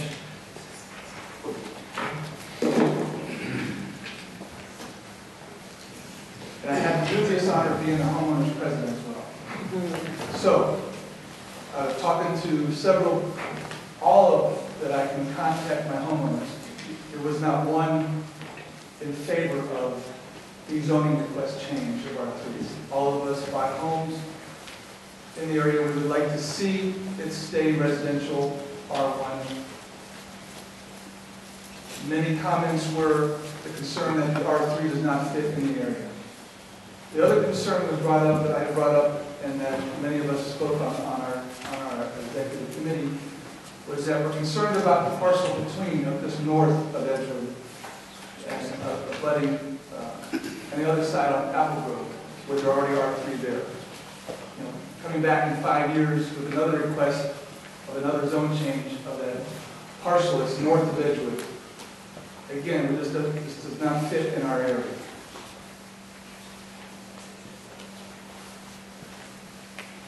Everything else was said that I can't repeat and go over and over and over. Well, thank you very much. Others to speak?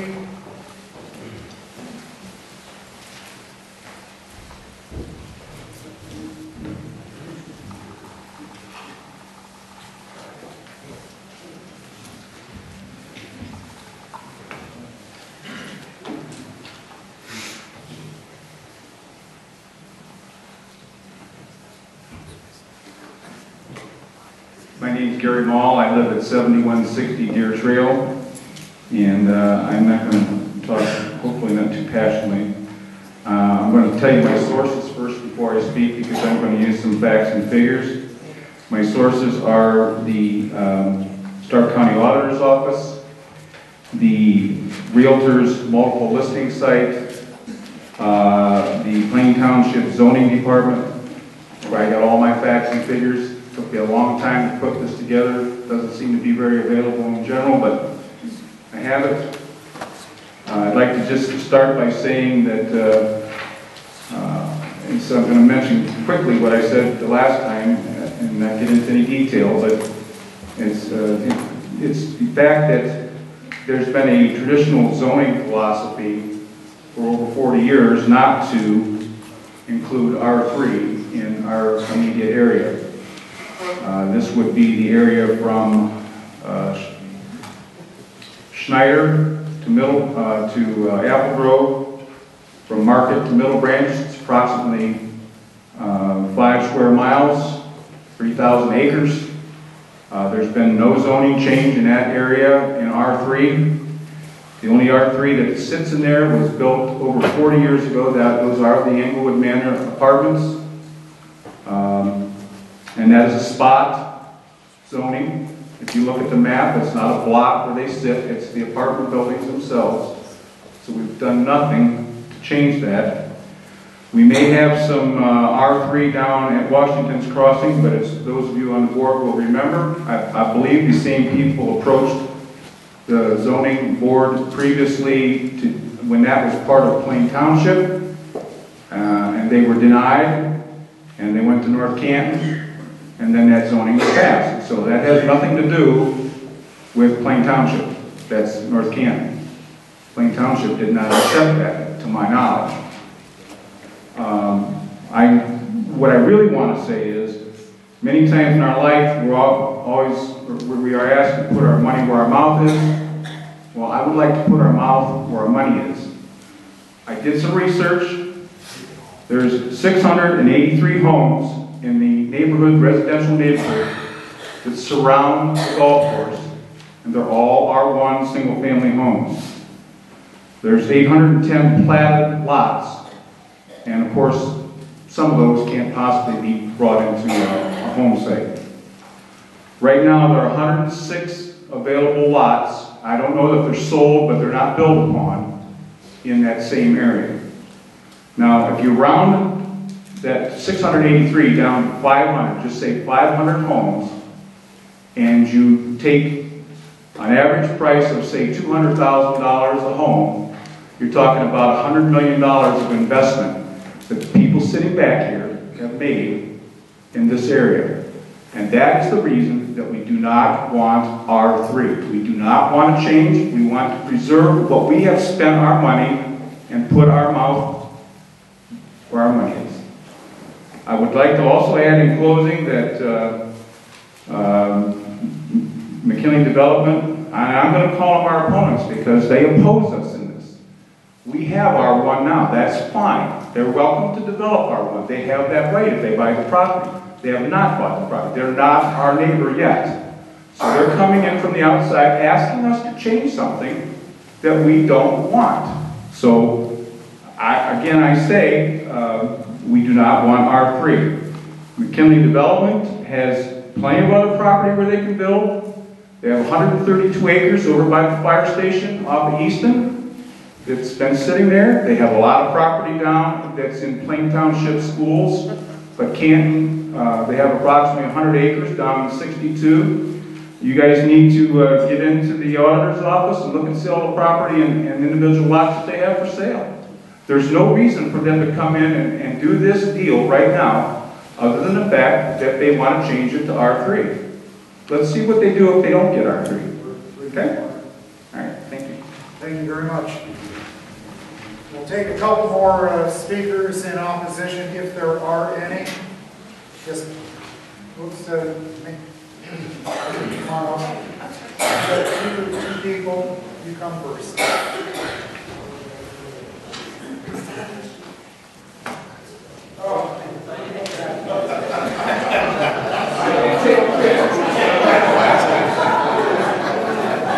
You always take something here.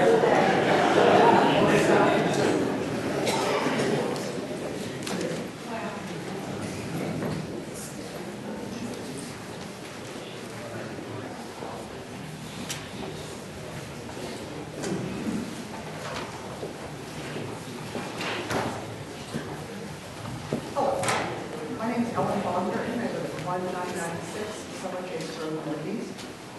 And I just had a speech here, but is that better? Can you say the last name? Baumgarten. Not hearing you. You have to get closer to the microphone to your mouth. Okay, is this better? Okay. Speak up a little bit. Okay. Name is Colorado. Okay, my name is Ellen Baumgarten. I live at 1996 Summer Chase Road Northeast. And I prepared this nice little speech, but a lot of it's been taken care of. But 6 months ago, the Planning and Zoning Commission voted unanimously against the rezoning of these parcels. You know, and I want to thank all the residents. You know, I don't think you've ever been thanked before, but I want to thank you for standing by the residents on your decision to vote against this. What's changed in the last 6 months? Nothing. I compared their last plan with the plan that they have now. It looks different, but with the help of AutoCAD or some other software program, there's more shading, there's fluffier trees. They deleted and rearranged some of the lots in the existing R1 zoning area, and not all the single-family homes were drawn in. They didn't put the little monopoly houses on the lots. It looks like there's more open space. But if you take a closer look, the new plan actually closes up some of that open space. They filled in ponds or downsized the ponds. The roads have been moved closer to the ball diamond. And most importantly, they've only reduced the multifamily dwelling areas by 30%. The apartment buildings were replaced with attached residential and villas, some of which still directly abut the future section of R1 housing.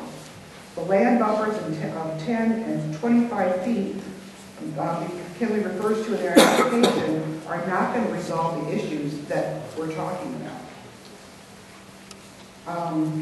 That's about all I have, but I just want to ask you to please, consider the same reasons 6 months ago that we're against this development.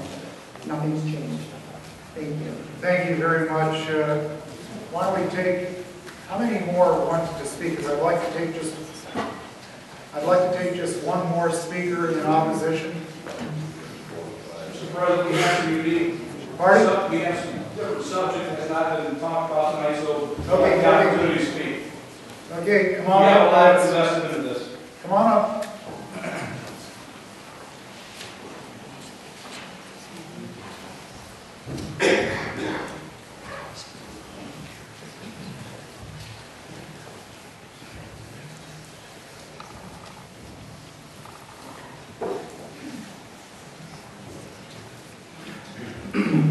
name is Bill Murray. My address is 1005 Stone Crossing. I live adjacent to the former 8th Fairway and Edgewood Golf Course. I want to thank the zoning board for allowing me the opportunity to speak tonight. I'll try to get through this quickly as I can. First and foremost, my family and I are not in favor of any development by McKinley on the Edgewood Golf Course and adjacent property whatsoever, for many reasons, most of which you've already heard or will hear from my passionate neighbors tonight. One area of concern that we have is in regards to potential impact on the Plain local school system. We are fortunate to have a well-run school system in Plain local. However, we are concerned that this proposed development and other Plain developments in the works may result in significant overcrowding of our schools and require a minimum of major redistricting of our schools as we know it today. Will this necessitate the need for additional school levies? We don't know. From a big picture planning perspective, this would be a wise consideration to nail down to accurately confirm the impacts of large influx of additional families in the Plain local. Multi-family units proposed by McKinley Development only compounds this concern. I have a 4th grade at Middle Branch Elementary. My family is proud to be a partner with Middle Branch School. It's my understanding that the school is currently at or near maximum capacity, preventing the ability to take on many more students. In fact, the gymnasium, library, or art room must be used for music lessons due to lack of classroom space. Middle Branch's principal and staff have squeezed out and are effectively using every inch of possible space in this building. However, there is no more space available. McKinley's proposed project is within the Middle Branch Elementary District, which would create an immediate issue for Plain local schools if approved. We would hope that this would not necessitate additional levies or sacrifices in the high quality of education and programs that currently offer today. Middle Branch is currently the largest elementary school in the district with 574 students. That's 134 more students than the next biggest elementary school in Plain local. In addition to McKinley's proposed development, there are other dynamics that could be problematic for the Plain local schools. There's 34 vacant lots in Wicker Creek, over 50 vacant lots in Saratoga Hills. Add in McKinley's proposed 268 units at Edgewood, 22 platted lots on Gaichee, plus an additional 42 acres on Gaichee and 135 acres between Diamond and Mount Pleasant. The Victory Gate development is proposing adds up to roughly 700, 800 potential home sites or families that could influx and impact Middle Branch District alone. While Plain local's position is neutral on the proposed McKinley development, which I understand and agree, there should be obvious concerns in the short and long term. I do want to clarify Ms. Ford's statement earlier tonight. She indicated that on her meeting with Brent May, the superintendent, that he was very excited about the opportunity of additional kids. In my discussion with Brent, yes, he did say that. But one thing that was left out, that their official position, the school system is neutral on this project, and that is despite the treasurer attending DHOP's meeting last week, and that clarification was made there directly by Kathy Jordan, which was failed to be mentioned tonight. In closing, I respectfully ask you, the zoning board, to carefully consider this proposed development on the Edgewood property and the potential loss for the community of Plain Township and its current residents, versus the business benefit for the sole account for McKinley development. We very much hope that the Plain Township community is worthy of your vote to say no to this plan and to preserve one of the very few precious areas of green space and to make a positive impact on the legacy of Plain Township for generations to come. Thank you. Thank you very much. There's a lady in the back. You've waited a little bit. Come on up.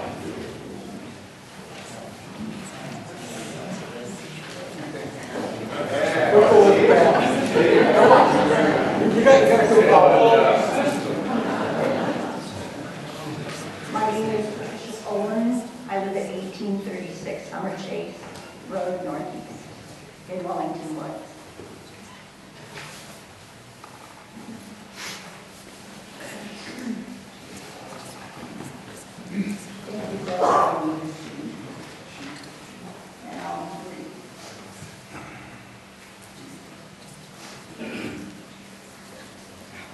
It's a subject that was very touched. Hold on your phone down so we can hear you. I'm sorry. Thank you.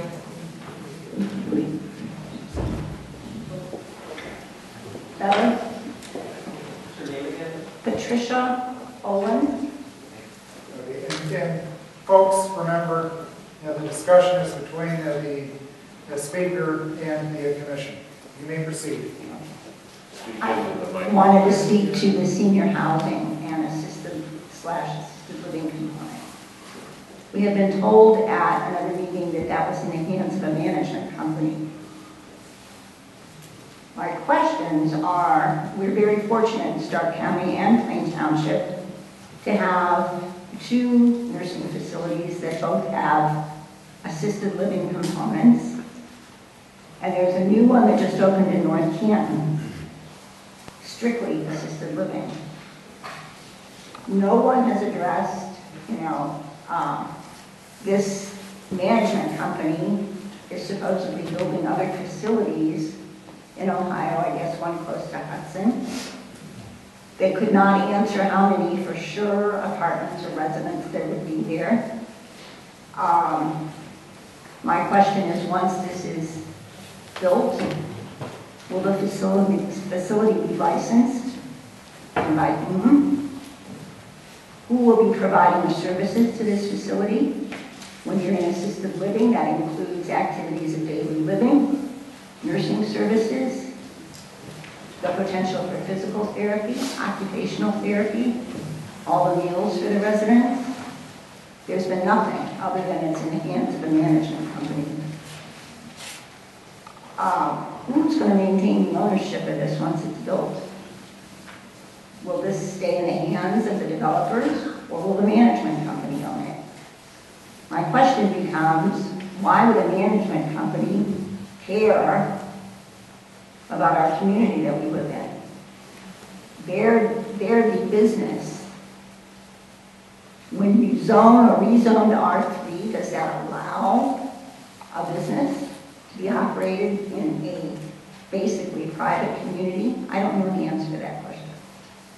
But I know there's a lot of questions that are still out there. If they go to R3, they can build anything they want. Well, that's not, ma'am, that's not technically true. They can't build anything they want. You've got the zoning code, you've got the Board of Zoning Appeals, you have other agencies that will answer some of the questions that you have. I understand the questions you have. I just don't know that anybody can answer all of those tonight, or that they necessarily need to be, right? But they have to have a building to put this building up. So those are my questions and my concerns. You may. In an R1, it says right here, now this is for an R1 single-family residential district, that a type B family daycare home is permitted and regulated by Article 3, Section 310.8. So even if it is still zoned R1, they are allowed to build a family daycare center. It doesn't have to be R3. This is not daycare. Okay.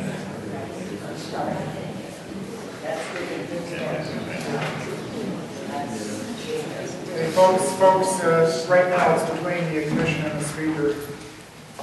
This is to be the resident. To build a multifamily, yeah, it has to be zoned R3. But it's still a daycare center or nursing home facility, which would be zoned R1.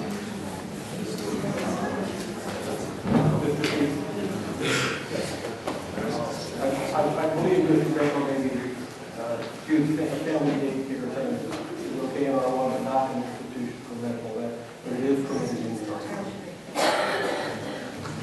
I think it's an issue of the size of the unit. Okay, thank you very much. Any further questions? I only have one other comment. Make it.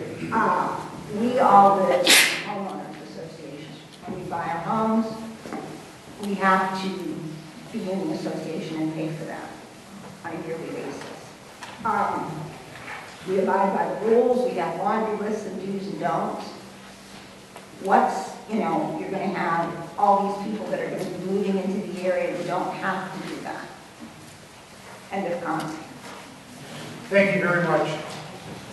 Okay, you're our last speaker because, quite frankly, it's getting late.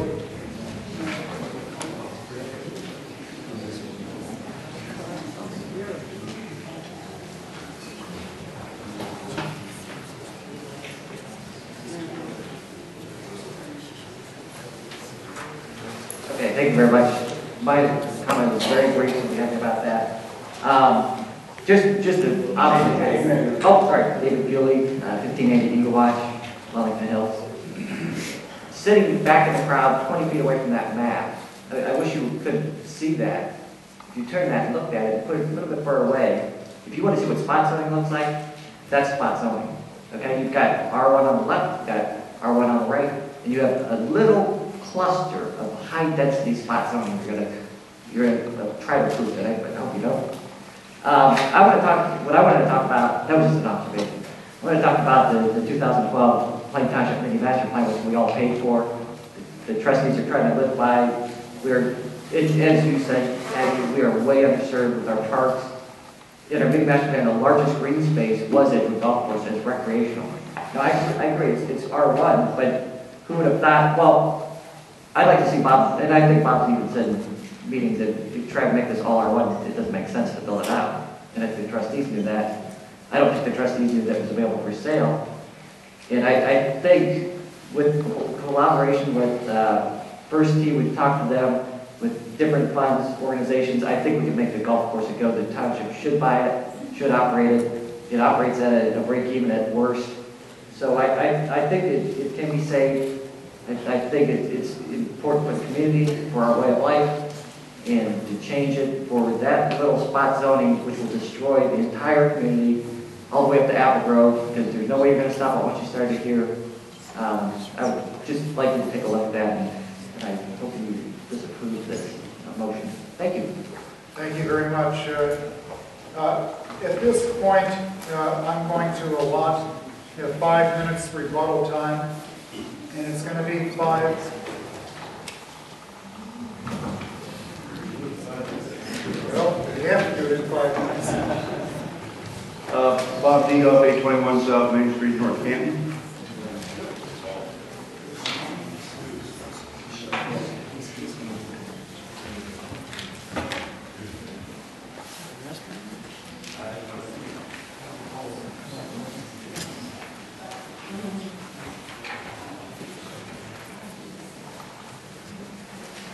Mr. Chairman.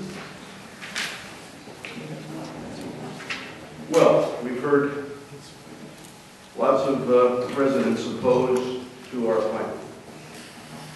I understand from the get-go when the lender took back the property from the church and decided to close the golf course that this was certainly a major setback for the neighborhood and especially for all those people that bought lots against the golf course thinking that it would always be one. Unfortunately, I can't change that. We're not the lender, we don't own the property. But the lender has called us back about a year ago to ask us to help them develop the land that's surrounding the church. And that's why we're here tonight. The plan, let me say this. Wellington Hills and Stonehenge are maybe the last two high-end residential developments built in Plain Township. We started Wellington Hills about 20 years ago. Large lots, architectural controls that mandated large houses. Stonehenge, a little smaller lots, but still very nice homes. But in the last 7 years, 10 years, the developments residentially have been in the affordable range. Why is that? Because numbers don't work well for people that develop large lots and expensive homes in Plain Township, or there would be developments of this kind. So what we see is Lexington Farms, a very nice community, but less expensive homes, less amenities. Saratoga Hills, Diamond Estates, etc., etc. When Mr. Lemon and I looked at this property and Wellington Hills, which we developed, certainly respect for the people who live in Stonehenge, we determined that we didn't want to have another Lexington Farms, Saratoga Hills. We didn't think that would be good for the neighborhood. Stark Parks wanted a walking trail. We've always cooperated with Stark Parks. We think it's the right thing to do as a corporate citizen. The most logical place for Stark Parks is that yellow line on the south edge of that property. We didn't think the residents in Stonehenge would like that. We've experienced other developments that we've had cooperative with Stark Parks, and what we find is that when you put an existing trail, or rather a new trail, behind existing people's houses, they believe it's an invasion of their privacy. They don't want people they don't know walking in their backyard. So what we found, Mr. Chairman, is if we build the walking trail within the development, when we sell that lot owner knows that that trail is behind the house and has the full knowledge of that fact. So this has been someone said we rushed back in August. I think it's been 6 months since we've come back to you again, working with the neighborhood, working with our land planner to sharpen our development so it would be better for Plain Township as a whole and the adjacent neighborhoods. From the comments I've heard tonight, obviously we've failed. The R3 makes it possible for us to mandate large lots next to Wellington Hills, the same size they are currently, and the same size lots or larger lots next to Stonehenge. This will be quality homes. We have architecture controls that you have before you mandating that these homes will be quality, similar or higher than what exists there today. The R3 makes this possible. I know when we say apartments, especially people with gray hair, we think undesirable people may live in those apartments. We've mentioned that the apartments here we're proposing, the rents are going to be in the upper quartile, specifically the condo-like villas are going to rent in that $1,000 to $1,200 a month range. It's not about density that affects neighborhoods in a negative value. It's about quality and design. Mr. Dehoff, I kind of applied the time limit to others. 30 seconds to wrap it up, okay? And then there may be questions. Go ahead. Well, there's been so much said. Mr. Williams said several things that I'd like to rebut. Bill Murray mentioned about the school system. Certainly the Brent May made it very clear they don't get involved in zoning issues, but the enrollment is down 200, maybe not in that particular middle school, but overall in Plain Local, every school system in the county, public and private, needs students. A fact, every public and private school system in the Stark County needs students. So, am I out of time? Yeah, you actually okay. Stick around. Okay, just one closing comment. If this is defeated tonight, and we're defeated by the township trustees, then yes, it will be developed. I'm not sure we're going to develop it, but it won't be this plan. And we think for the neighborhood, our land planner thinks this plan is the best plan, providing the apartments are well designed and high quality. One point, if I can just make one point about density. I don't want to be argumentative, Mr. Chairman, but one point. We look at density, Stonehenge is 52 acres. It has 130 lots. It's a very lovely development. You drive through, it's terrific. It looks good. It is 2.5 units per acre. The density of 52 acres, 130 units, is 2.5 units per acre. This plan here, with all of our apartments, our single-family houses, including the church, because we look at it as one property. We look at it, that is Edgewood. The density is 2.3 units per acre. That's without the senior housing component. We don't know what we're going to build there. Now, stay here because there may be questions from commissioners, but we have to inform them. No problem. I do have a question, and it's regarding the private drive, public drive portion around the church. You have, I'm a little confused. Is that going to be public or is it going to be private? And again, the question was brought up earlier, I think somebody was going to ask you, who is going to maintain that area? Okay, very good question. The roadways in the R1 zone, single-family area, will be public dedicated roadways. We will build to the specs of the county and the township. All the roadways in the R3 will be private, maintained by us as the developer. Okay. Other commissioners? Yeah, I have a question. I have a question on proposed R3. You have three different types of buildings you're going to be putting. Condos, the attached residential, and villas. They're all going to have access off of a private parking lot? We have a private road. If I can point on this thing here, Gary, can I point on the map here? Yes. Yep. The private...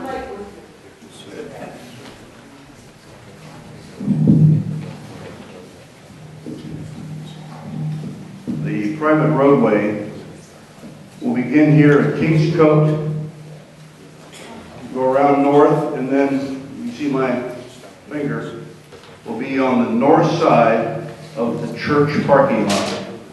And that access road will be maintained exclusively by the owners, Mr. Lemon and myself, of the R3 property. Right, because, yeah, it'll be private drive, and it'll be probably maintained by the homeowners association eventually, when it be. It'll be maintained by the owners of the apartments, and that right now is McKinley Development Company. But the church parking lot is privately owned by the church. Who's going to maintain that? Church will maintain their own parking lot. Okay, so the people, the residents that will be living there will have to drive to the parking lot or the church. No, not the parking lot. This road, Kerry, is okay, the private drive is right here north of the parking lot. But that will be owned by the church. Well, no, we're buying that. It'll be owned by. Right now, we're buying that piece of property. Okay, because the map I have, it still shows as part of the church. Well, the church is a tenant. Okay.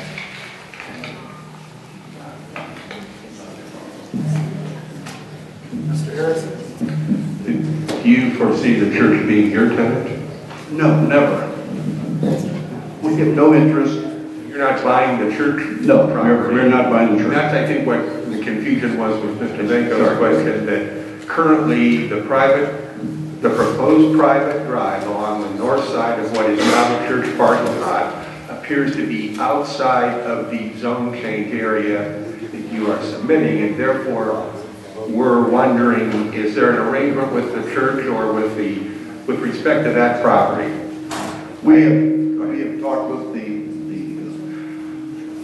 lender, which is now the owner of the property, and the church.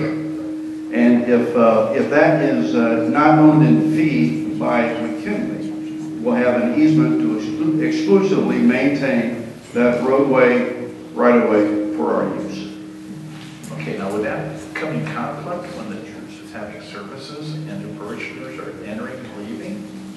No, the church will be able to use that road just as our residents of our apartments would. It's an access roadway. It's not in the parking lot. It's on the north side. So it's as if it were a public street.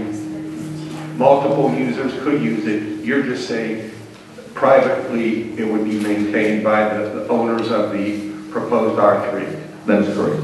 Okay.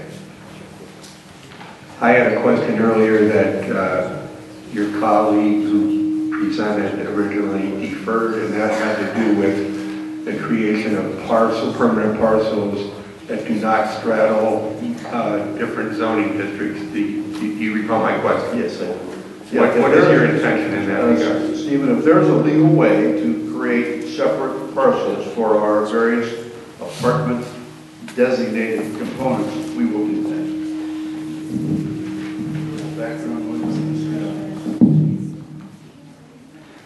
I had a question that went also to the open space requirement in an R3 being 20%.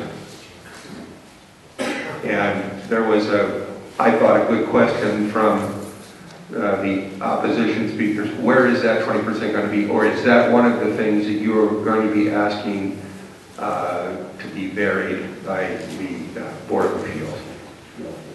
No, we're not going to ask a variance for that. We're going to meet the 20% component.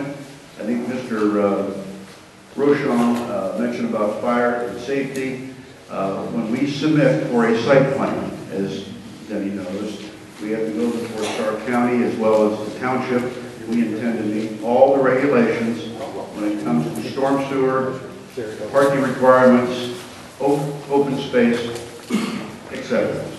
So the variance that you are acknowledging you're going to need, even if you were granted the R3, you can't meet the density and the other, all the conditions in an R3. You're going to be asking for a conditional use, a variance in that regard. Is that right, on the density? The only thing we're going to ask, Steve, is when it comes to the 8-unit building, 4 units are permitted. We're going to ask for a conditional use permit to expand that from 4 to 8. But the density, the setback, and all the We're other going to things meet all the requirements. We don't intend to ask for a variance. Okay. Are you aware that 230, according to the regional planning recommendation, 230 units would be permissible on this 32 acres under the current density in an R3? If you take the 178 that you already have identified in the 3 uses other than the senior housing, and you add 75 to that, you're now over the 230. So what I'm asking you is, are you aware that there is a density issue and that you're going to need a variance even if we grant you the R3 on that point? Because it doesn't sound like you are aware of that.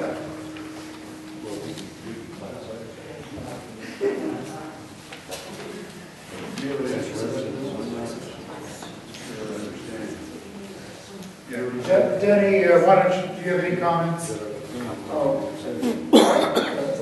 The senior housing is similar to, once again, a conditional use in the R3 states that it's institution for medical care, being defined as hospital, clinic, convalescent home, living facility, or nursing home, subject to various conditional uses. Those would not necessarily be considered to be individual living dwelling units. So there could be 1,000 residents of that nursing facility and it wouldn't count in density. Is that what you're telling us? Well, I think the issue would be what is permissible space utilization on the property, and they do have to abide by proper parking requirements. So because of that, when they get that review for parking, setbacks, obviously to go through, some residents go through Department of Housing. Okay. So there are other items based upon all the various conditional uses that serve to restrict the numbers. Okay, I think I understand. Thank you. We can obviously control what that means.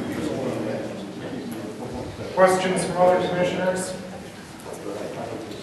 I believe we are completed with the testimonial part of the meeting. Mr. Chairman? Yes. Just as a point of order, I know we are anxious, all of us, to get the matter addressed, but I personally have an issue with not allowing someone to speak that took the time to come here tonight. Even if we have to shorten the amount of time, I want to make sure everybody that came here that wants to speak gets a chance to speak. I'll take all of it if I have to, and I think that's our duty.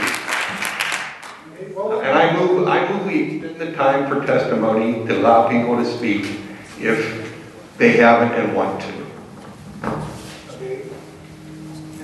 her motion. Let me ask this. I mean, how many additional people would speak? I mean, we've heard certainly a lot of people. Who has new information we have not heard yet? Okay, one person has raised his hand. Come on up. Sign in. State your name and give us your address. Sign-in sheet is in the opposition section.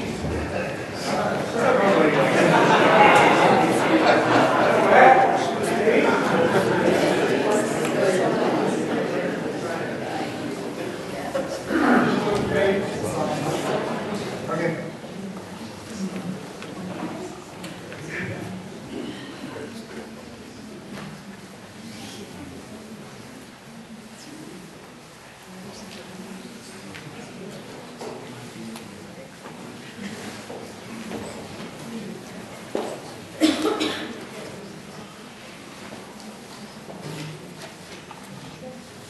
I'm Joe Sammartino. I live at 1103 Stone Crossing Street.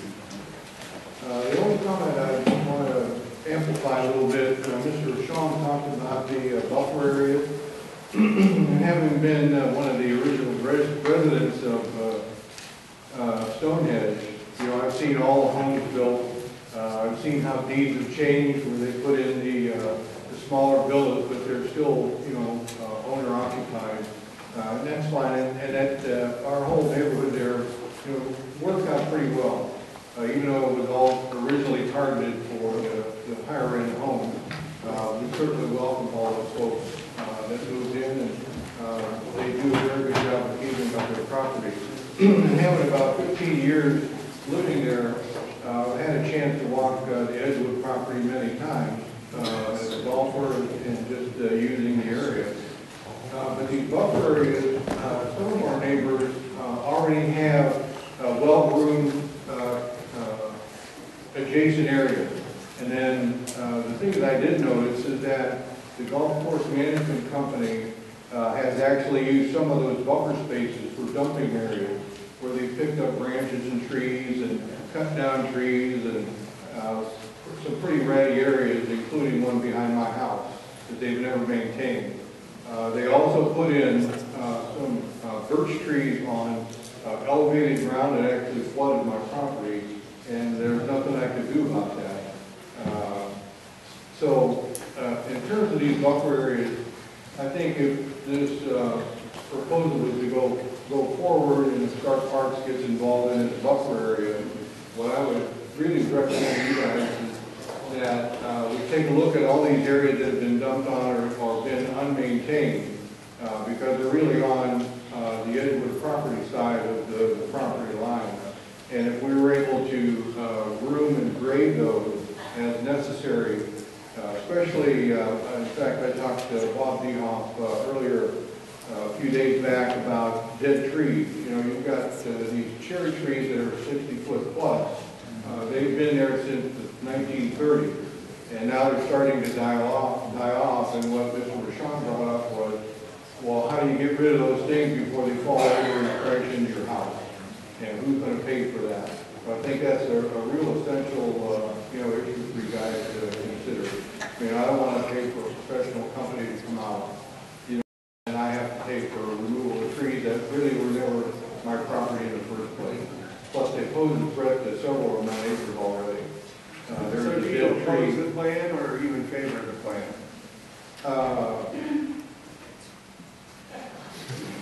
I'm torn.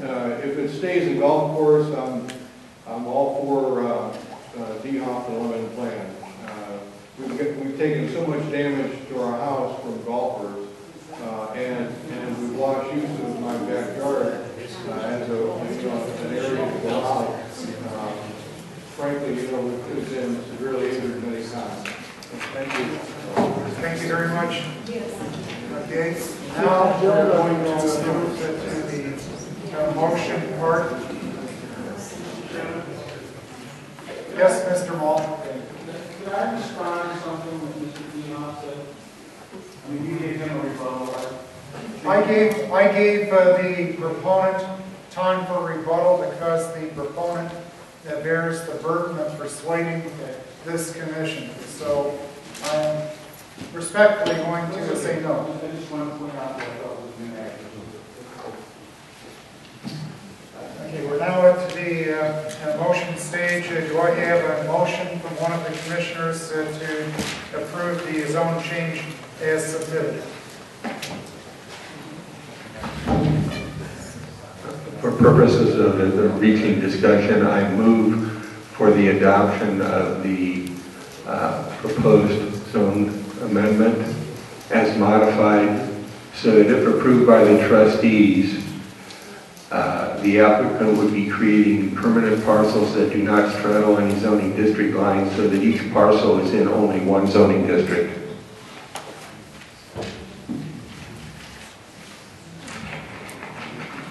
Okay, do we have a second to the motion? Second. Okay, at this time, the commissioners will deliberate, and I would take comments from each of the commissioners.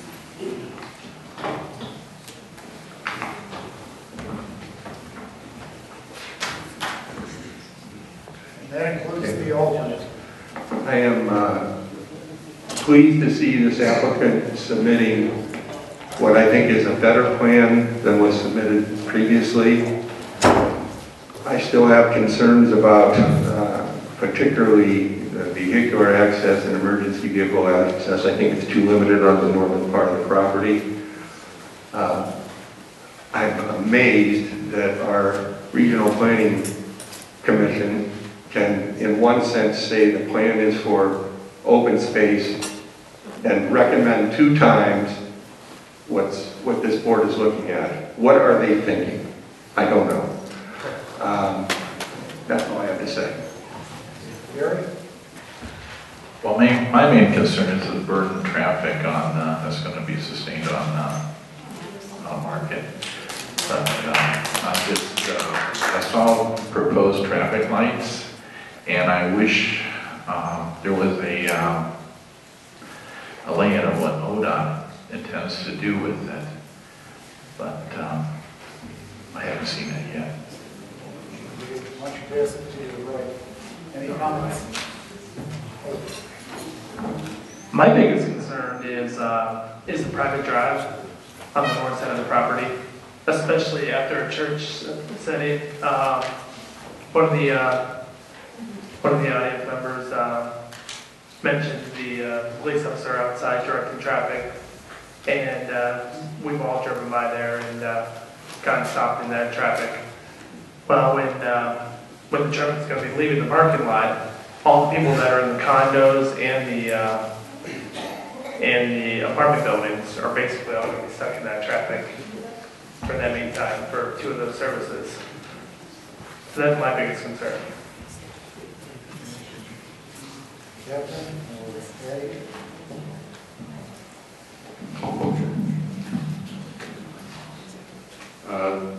I believe the plan has been improved.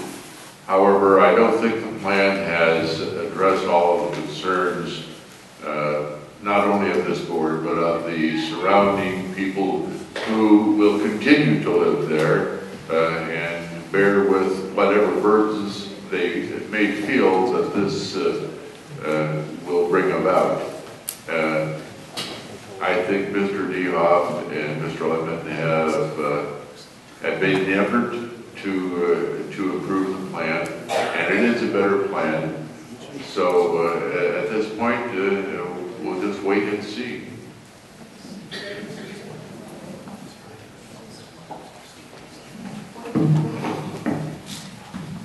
I would like to thank Beth for a wonderful and clarity in her explanation. I felt a better understanding of the process and what your intentions are. I'm also thankful that you did talk to the school district, because I think that's an important component, as well as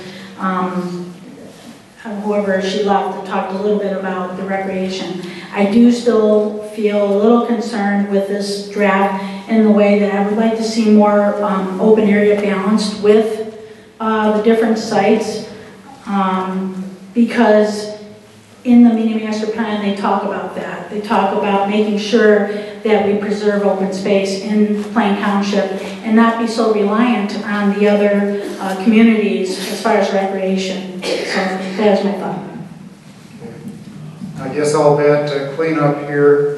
My main concern at the last meeting was the proposed R1A, which I felt was an imposition on the neighborhood to the south.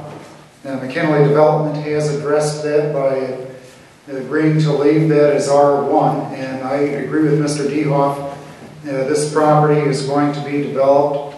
The question is how and by whom. I think it's a much improved plan. Regional planning is clearly supported it. Is it what I would draw up if I was the master planner? Maybe not, but it's not bad. Further comments from other commissioners? Okay, would you call the roll, Stephanie? Benko?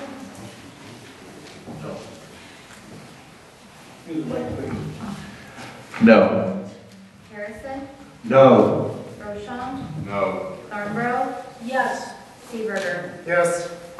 However, the 3-2 vote means that it does not carry. So, would you be kind enough to tell the proponent and the neighbors what the next step is? And the next step is that this recommendation by the zoning commission will be submitted to the Plain Township trustees. We will send the information and notice to the trustees who at their next trustees meeting, which will be on the 25th of this month. At that point in time, they will set a public hearing.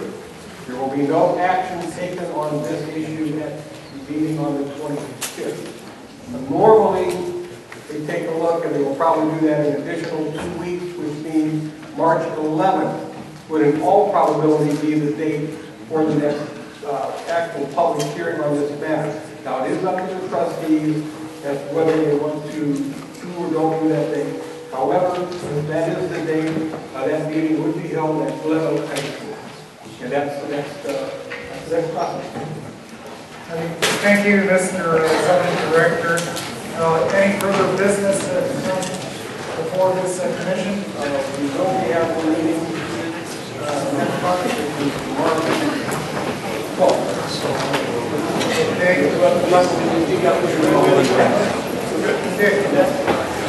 What have a motion to do? Second.